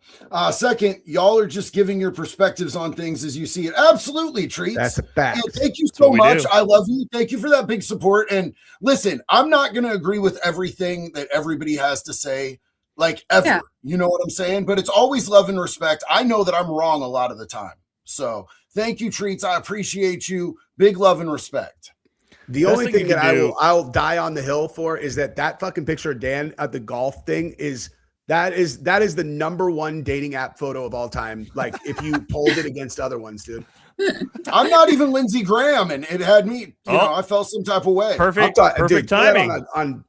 Yeah. Perfect timing. Nate told the most awesome joke about Lindsey Graham and CPAC. He has to retell it. Yeah, I said the only thing that gets Lindsey Graham harder than bombing little brown boys is the grinder meetup at CPAC. So that was the joke. Oh, God. Forced valor is absolutely hilarious. Yeah. I think I'm going to hit Dan. I'm going to hit Dan with a forced valor here later tonight. It only works with a certain kind of personality because there are lots of people you force valor on them. It would be the best thing forever for them. Oh, no. You have to do it that people are like have integrity. Yeah, they're like, or whoa, they're like super upset. Like, please don't do this. And you're like, Yeah. now it's happening. Yeah. I had never heard about that or heard of that today. I never heard about it until they did it to JD. And I was like, that's the funniest thing ever. It's the most uncomfortable thing ever, dog. I'd rather use sandpaper toilet paper, to be honest. For Dominor! Yeah, my dog. Shout out to all my fellow veterans and active duty personnel. A special shout out to all of those who made the ultimate sacrifice to make and keep this country free. We love you, Dom. Appreciate you, big dog.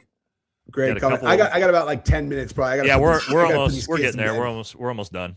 Couple for Jesse here. Jesse, I still have that crazy story for you. Yeah, dude. I was literally trying to fucking text you right now and then I forgot what I was doing. Another one for Jess. Love Jesse, appreciate your content. Thank you so much, Cammie. This is my favorite conversation I've seen on the interwebs. Well, thank you. Harry says, dignified transfer question. Did the admin use the first 4 as a prop? First 4 landed Dover, 3-4. They marched 6 caskets off the plane. 3-8 is in the purpose to return fallen to loved ones. Well, not necessarily, man. So there's a lot of stops from Iran to the United States when you see transfers and handovers. So you're going to see ones most likely in Germany first, right? And then, or it depends on where you're going to get them. So not necessarily. But Donald Trump wearing a stupid merch baseball hat to receive those troops, that was a big fuck up. Dude. Sure. Wait, what was it? I didn't see that.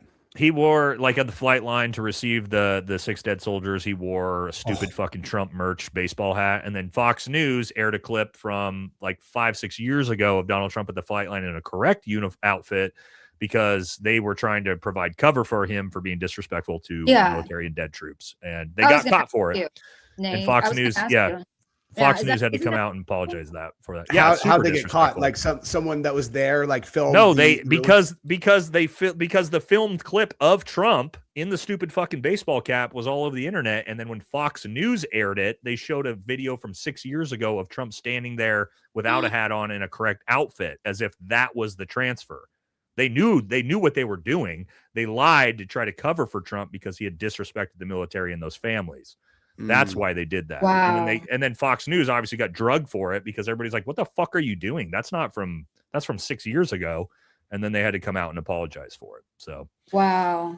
It's like the internet is undefeated. Like forever.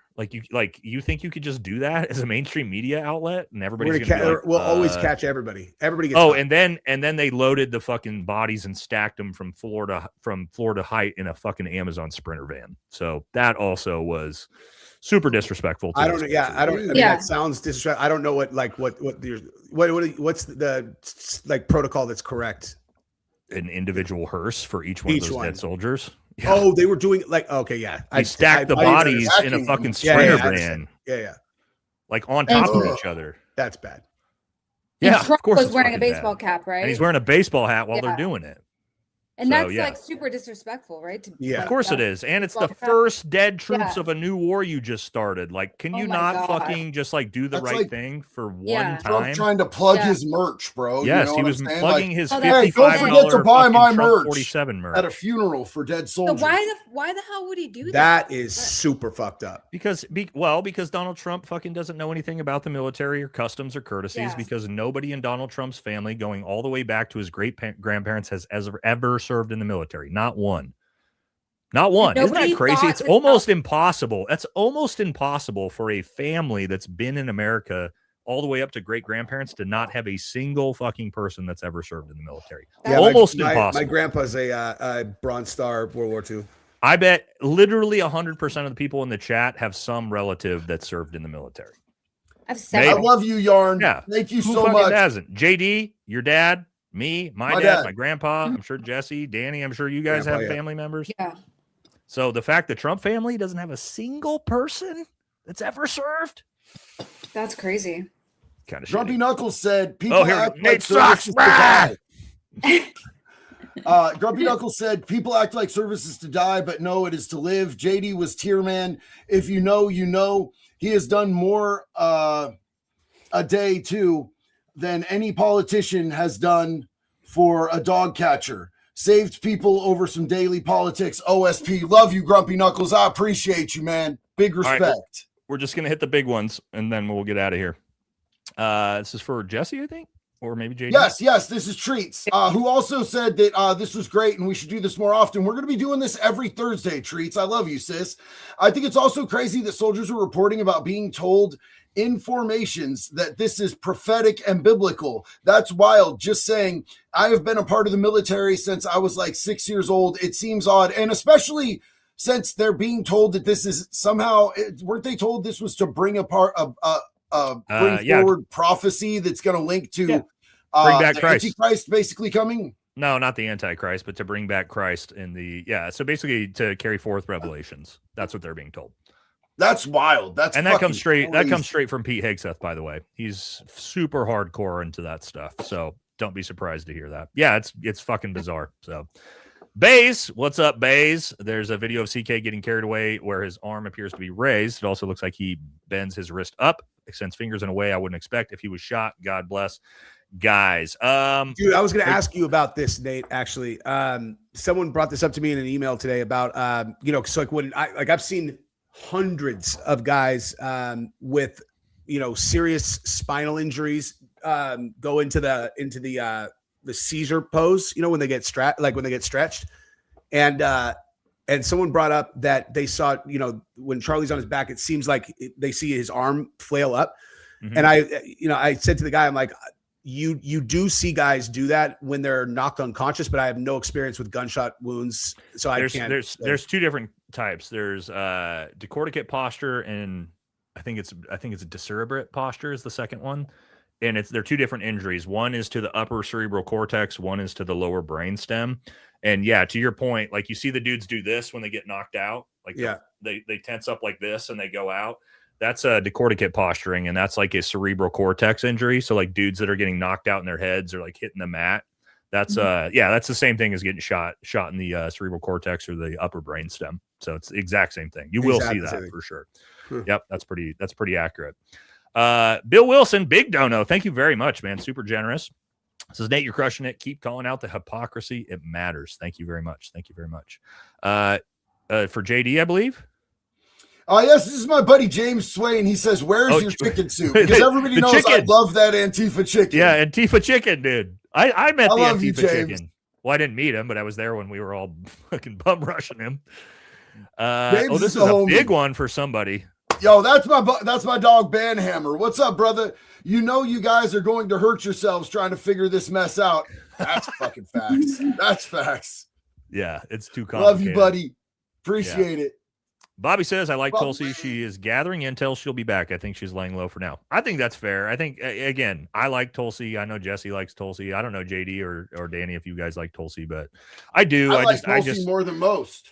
Mm-hmm. I just like my criticism of Tulsi is because I have such high expectations of Tulsi. I don't have any expectations for any of the rest of these dipshits, but I do for her. So I expect more out of her, I guess. Yeah, that's fair. It's in your like your key like focus, which is hers also too. Yeah. Again for JD. Banhammer again. Oh yeah. Thanks for your service, JD. I'm so fucking uncomfortable. Yeah. Thank you, Buff Like Jesus, for those Valhalla VFT memberships. Appreciate you, brother. It's one of my mods. JD, yeah, this is mine, but JD, your service record puts us all in Bush League. I need you to put a debate to bed for me, which is which unit is best, the 82nd or the 10th Mountain? Oh shit. Well, we're gonna make JD answer this. JD, which unit do you think's better? I'm not touching that with Lindsey Graham's dick, bro. Absolutely the fuck not. No, I respect everybody who served in any capacity. I'm gonna clue you into his profile picture here, JD, to give you a little hint on how you should answer it. However you served, bro. Fuck, leave me alone. Let's see. Give me my dick back. I'm leaving you guys. Fuck this. See where it says mountain at the end of this comment. See this? Look at the profile picture. See that mountain? Yeah. So you just choose 10th Mountain because that's the unit that he's got. I'm not. Yeah, In but the bro, 80s, then I'm that's a big. disrespecting other people, dog. I'm not doing that. I didn't earn that shit. Fuck, I hate this. Oh. Hey, Robert Farmer said he's like, you could see the screen in my glasses. I know. That's why I don't be perusing any naughty sites while I'm doing this shit. This one's for on mine. Leftist United States Air Force veteran here. I agree with you. Americans more than a shit ton of idiots on the left right now. Just saying. Well, that's really what it is. I think it's just a populism thing. I think you have like the America First populism on the right and the left, and then you have sort of the blue MAGA, red MAGA in the center sort of the left and the right. And so I think a lot of populism agree. A lot of left, like populist left and populist right, agree on a lot of things. There's nothing patriotic about being a loyalist. Like if you're just a loyalist to a candidate or a party, that's actually a really unpatriotic thing to do. Look at what's happening. Is this right for the American people? Yeah. Does this align with our Constitution? And if not, talk shit until it's time to do more than talk shit. Period. That's what I'm saying. I have never, nor will I ever be in a group that is a label. Like I've never, not even just in politics. I've never fit in that like my entire, I just don't fit that ever. Yeah. I agree with you guys on that. Much love, VFT. I just started a YouTube myself. Well, good luck, brother. Good luck. What's a little advice you guys would give? My advice is always don't fucking give up. I think that's what, like most YouTube creators, they just give up too early. They think that it's going to be this easy thing. And it's like, it's not. I mean, it's usually it takes a grind. My YouTube channel, we kicked off kind of fast, but I was at like 30,000, 40,000 subscribers in my first year, and then did 400,000 my second year. So like, and that's going to take a grind. Fast. That's like super fast, and that's fast. Yeah. So you just got to keep grinding. What I always tell people is like consistency. Is like it's going to be such a long and arduous grind that how you think about the goals that you set is critical, and the goals that you set should not be, they should always be things that you can control without any external factors. So you don't set a goal of having a certain number of subscribers. You have a goal of how much content you're going to do each week for 2 straight years, and you never make exceptions fucking ever. That's good. Yeah. JDU, I know. I mean, you're fucking above all of us. Fucking consistency. Fucking do what you're going to do. Set a realistic goal, whether that be making 3 videos a week or whether it be making 100 videos a week, and stay with it. The algorithm absolutely rewards consistency.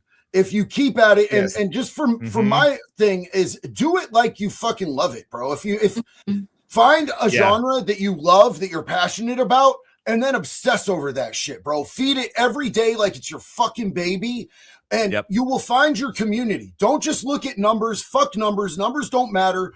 I mean, it's super cool to know that I have like 1.7 million, but each and every one of those is a person. They're a person that I somehow connected with. You're going to find your tribe. You're going to find your community, but you have to be consistent so that the algorithm will push you out, and it will reward you for the work that you do. The more you work and the more consistent you are, the faster it's going to come, the bigger you're going to like be able to get pushed out there, and the more you're going to find your community. Period. And absent consistency, you can't succeed. Like it cannot be done. If you don't like it can't, because the algorithm, that's like a bar that the algorithm itself sets that you have to be above to be considered to get, distribution. Danny, you got anything for you? That's so crazy, because that's my number one. I know it's the number one thing you need to do to grow, but it's also my number one issue is consistency. So obviously, I agree. It's just so it's hard to stay consistent sometimes, but there's Danny, really you just overthink your content. I know. Your content's always good. It's always good. I'll get to the point where I'll film a video and I'll edit it and I'll just be like, I don't like that. I'm just not going to post it. And then I'm like back to the drawing board, It's not like the videos I post are magnificent. There can just be like one little thing that bothers me about it and I won't post it. I don't know why. Listen though, some of the videos that I've been like, fuck, I shouldn't even post this, have gone the hardest. The absolute hardest. And like, the opposite of that, like, this is embarrassing. I'm not going to post this. And then I post it and it's like, boom. And then I'll work so hard on something, like spend like days just ruling over it, editing, re-recording, getting it perfect. And it does dog shit. Numbers. That always happens. Just put it out. Put it out. See what sticks to the wall. It's all good.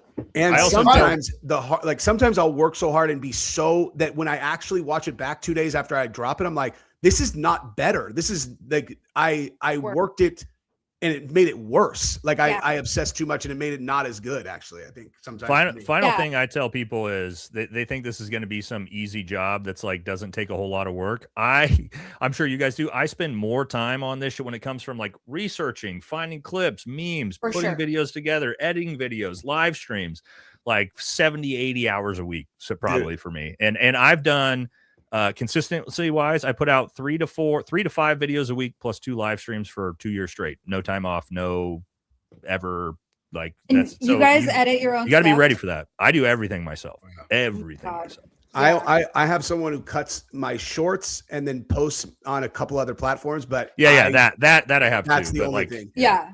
But for the most editing, part, like your own videos. it's way more work than people think. If you want to be successful, right? If you want to just like have a channel and put some content on, that's one thing. If you want to make it your full-time job, it ain't like you're going to be like, oh, I work 20 hours a week and now I'm a YouTuber. It's like, nah, dude. Do you guys, all 3 of you, post videos every day?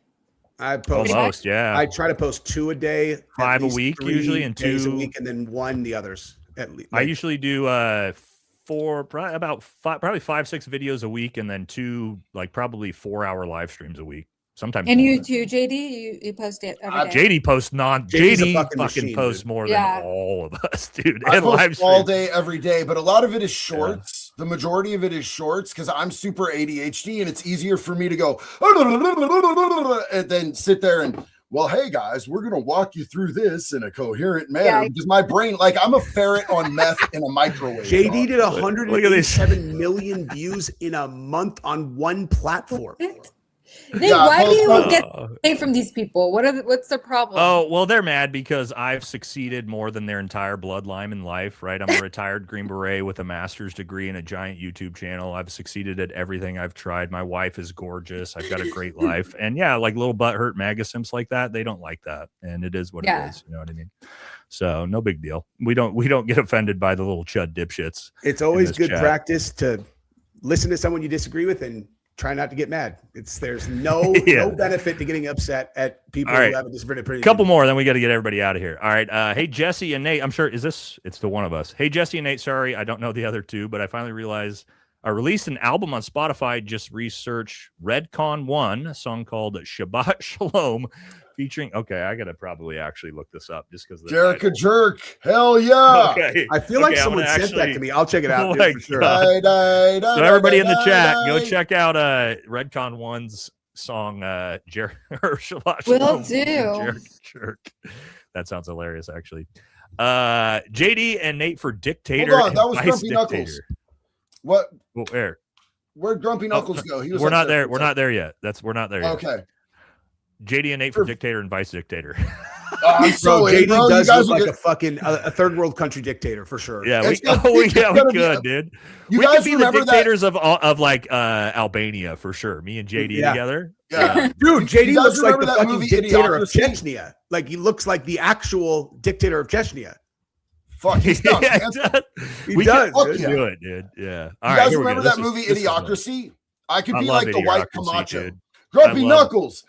People act like service is to die, but no, it's to live. JD was a tier man. If you know, you know. He has done more in the I think we read day that room than any politician has done for a dog catcher.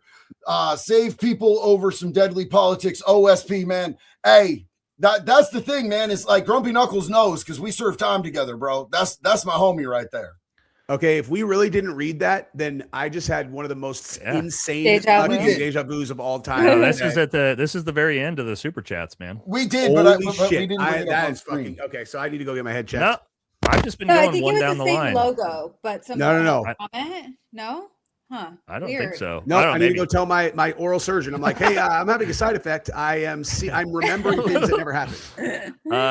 Brody says, get that studio finished. Need some in-person interviews. Candace been dropping some fire about EK ties to Romanian Angel and Epstein. A lot of signs pointing to military Mossad-controlled government. Yeah, so we move into the new place in 2 weeks, and then I'm building out the podcast studio.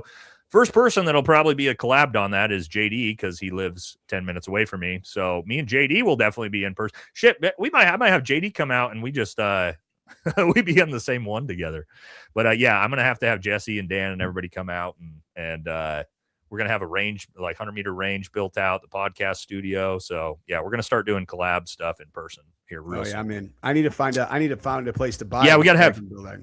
Well, you gotta have you come out with you and the wife too, and for just sure. hang out and then we'll bring all the children. Oh yeah, they'll love that. How old's your daughter, Jess? 13. Is she still doing martial She's not arts? allowed to hang out with your 15-year-old son. No, but my daughter's 12 and she's super into anime, so I didn't know if your daughter's still doing it or not. Yes. His son's 16 now. I just sold him a car. He did. Nice. JD did just sell my son a car. Well, I mean, he's sold me a car, but Nate, do they still make us soldiers do the 9 rounds of anti-anthrax shots before deployment? Brother, okay, you know somebody that's in the military when they bring a comment like up. So yes, the anthrax vaccinations in the military are insane. You have to do like so many rounds of it. The problem is if you miss one round, they make you start back at the beginning. And so dudes are just like constantly taking anthrax like every 3 months for their entire military careers. I refuse to take it. Luckily, as a Green Beret, we have our own medics that do our vaccinations so we can be vaccinated. Things like the COVID vaccine. Don't tell anybody. So I didn't actually ever take them, but yeah, they're still forcing guys to just eat anthrax nonstop. Last couple of years. I always wanted to be a Marine and I didn't sign up. Like I lagged out because I'm scared of shots. And then when I finally went to try, I had a felony on my record and I went to try to sign up and they're like, get the fuck out of here. And I'm like, yeah, that's fair. I also went in really fucking high as astronaut asshole on meth. That probably knew. JD, this for you. And Grumpy we're just about Knuckles done, said, Jesse. family goes all the way back to the Civil War. My grandfather was the last Buffalo Soldier Regiment in the Smithsonian. Got love for all of y'all. Yo, That's we sick. love you, Grumpy Knuckles. That's fucking fire, dog. I like that name. All right. Military term for Bohica, Nate will understand. Yeah, bend over and what is it? Bend over and I forget exactly what it is. Bend over, here it Let comes Lindsey again. Graham That's get it? right. Yeah, bend over, here it comes again is the military term, which is basically you're always getting fucked in the ass in the military. It's always something bending you over. So yeah, bend over and here it comes again is the I believe that's right? Military guys in the chat, isn't that what it is? Bend over and here it comes again. I'm pretty sure that's what it means. But all right, last couple here. This war is about collapsing the US dollar and converting over to government digital currency. There's a lot of potential in that, but that's like kind of some 7D chess shit. That would take an entire episode to talk about. But yeah, there is some potential in that. All right, last couple here. Danny, that's for you. Eddie Wells, are you dropping one for Jasleen Singh? She is back. Is she back at it? Oh my God. Who's that? I gotta check her Jasleen out. That's Akash Singh's wife. Oh, the like the one that brags about getting fucked by all the dudes in her past. Yes, Oh, that's I feel so bad for that guy. Yeah. So sad. Jesse told me to like look into it, and I did a video. I was like, and that's cover this shit. Took off. Yeah, crazy. Are you not monetized yet on YouTube, Danny? No, I am. Yeah. Oh, you are? Oh, well then why don't you guys, this one's donated to Jesse to send to Daddy Wells. Oh, what's up, Jamie? That's funny.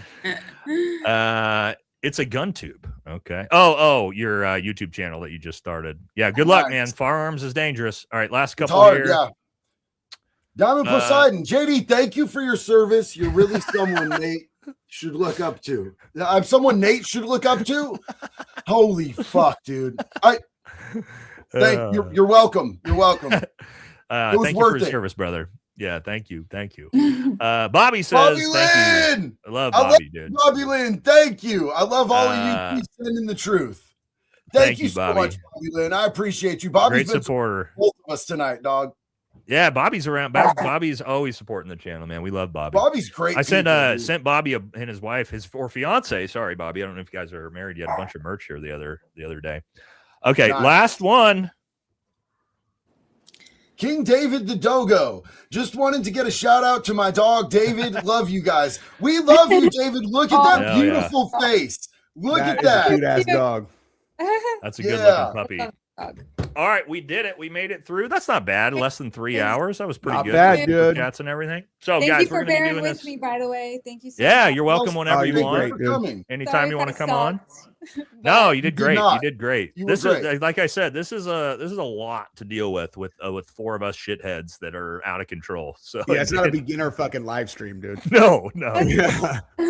No, you did But great. thank You're You're, great, dude. you're welcome You're whenever. dealing with Thank a you lot all. of high test loudmouth dudes. You held your own Yeah. beautifully. Thank you. All right. Thank you to we got all those. Thank you to everybody. And yeah, we're planning on doing this every Thursday. So as long as Jesse doesn't have to get his face reconstructed again God. anytime soon, then we'll be back.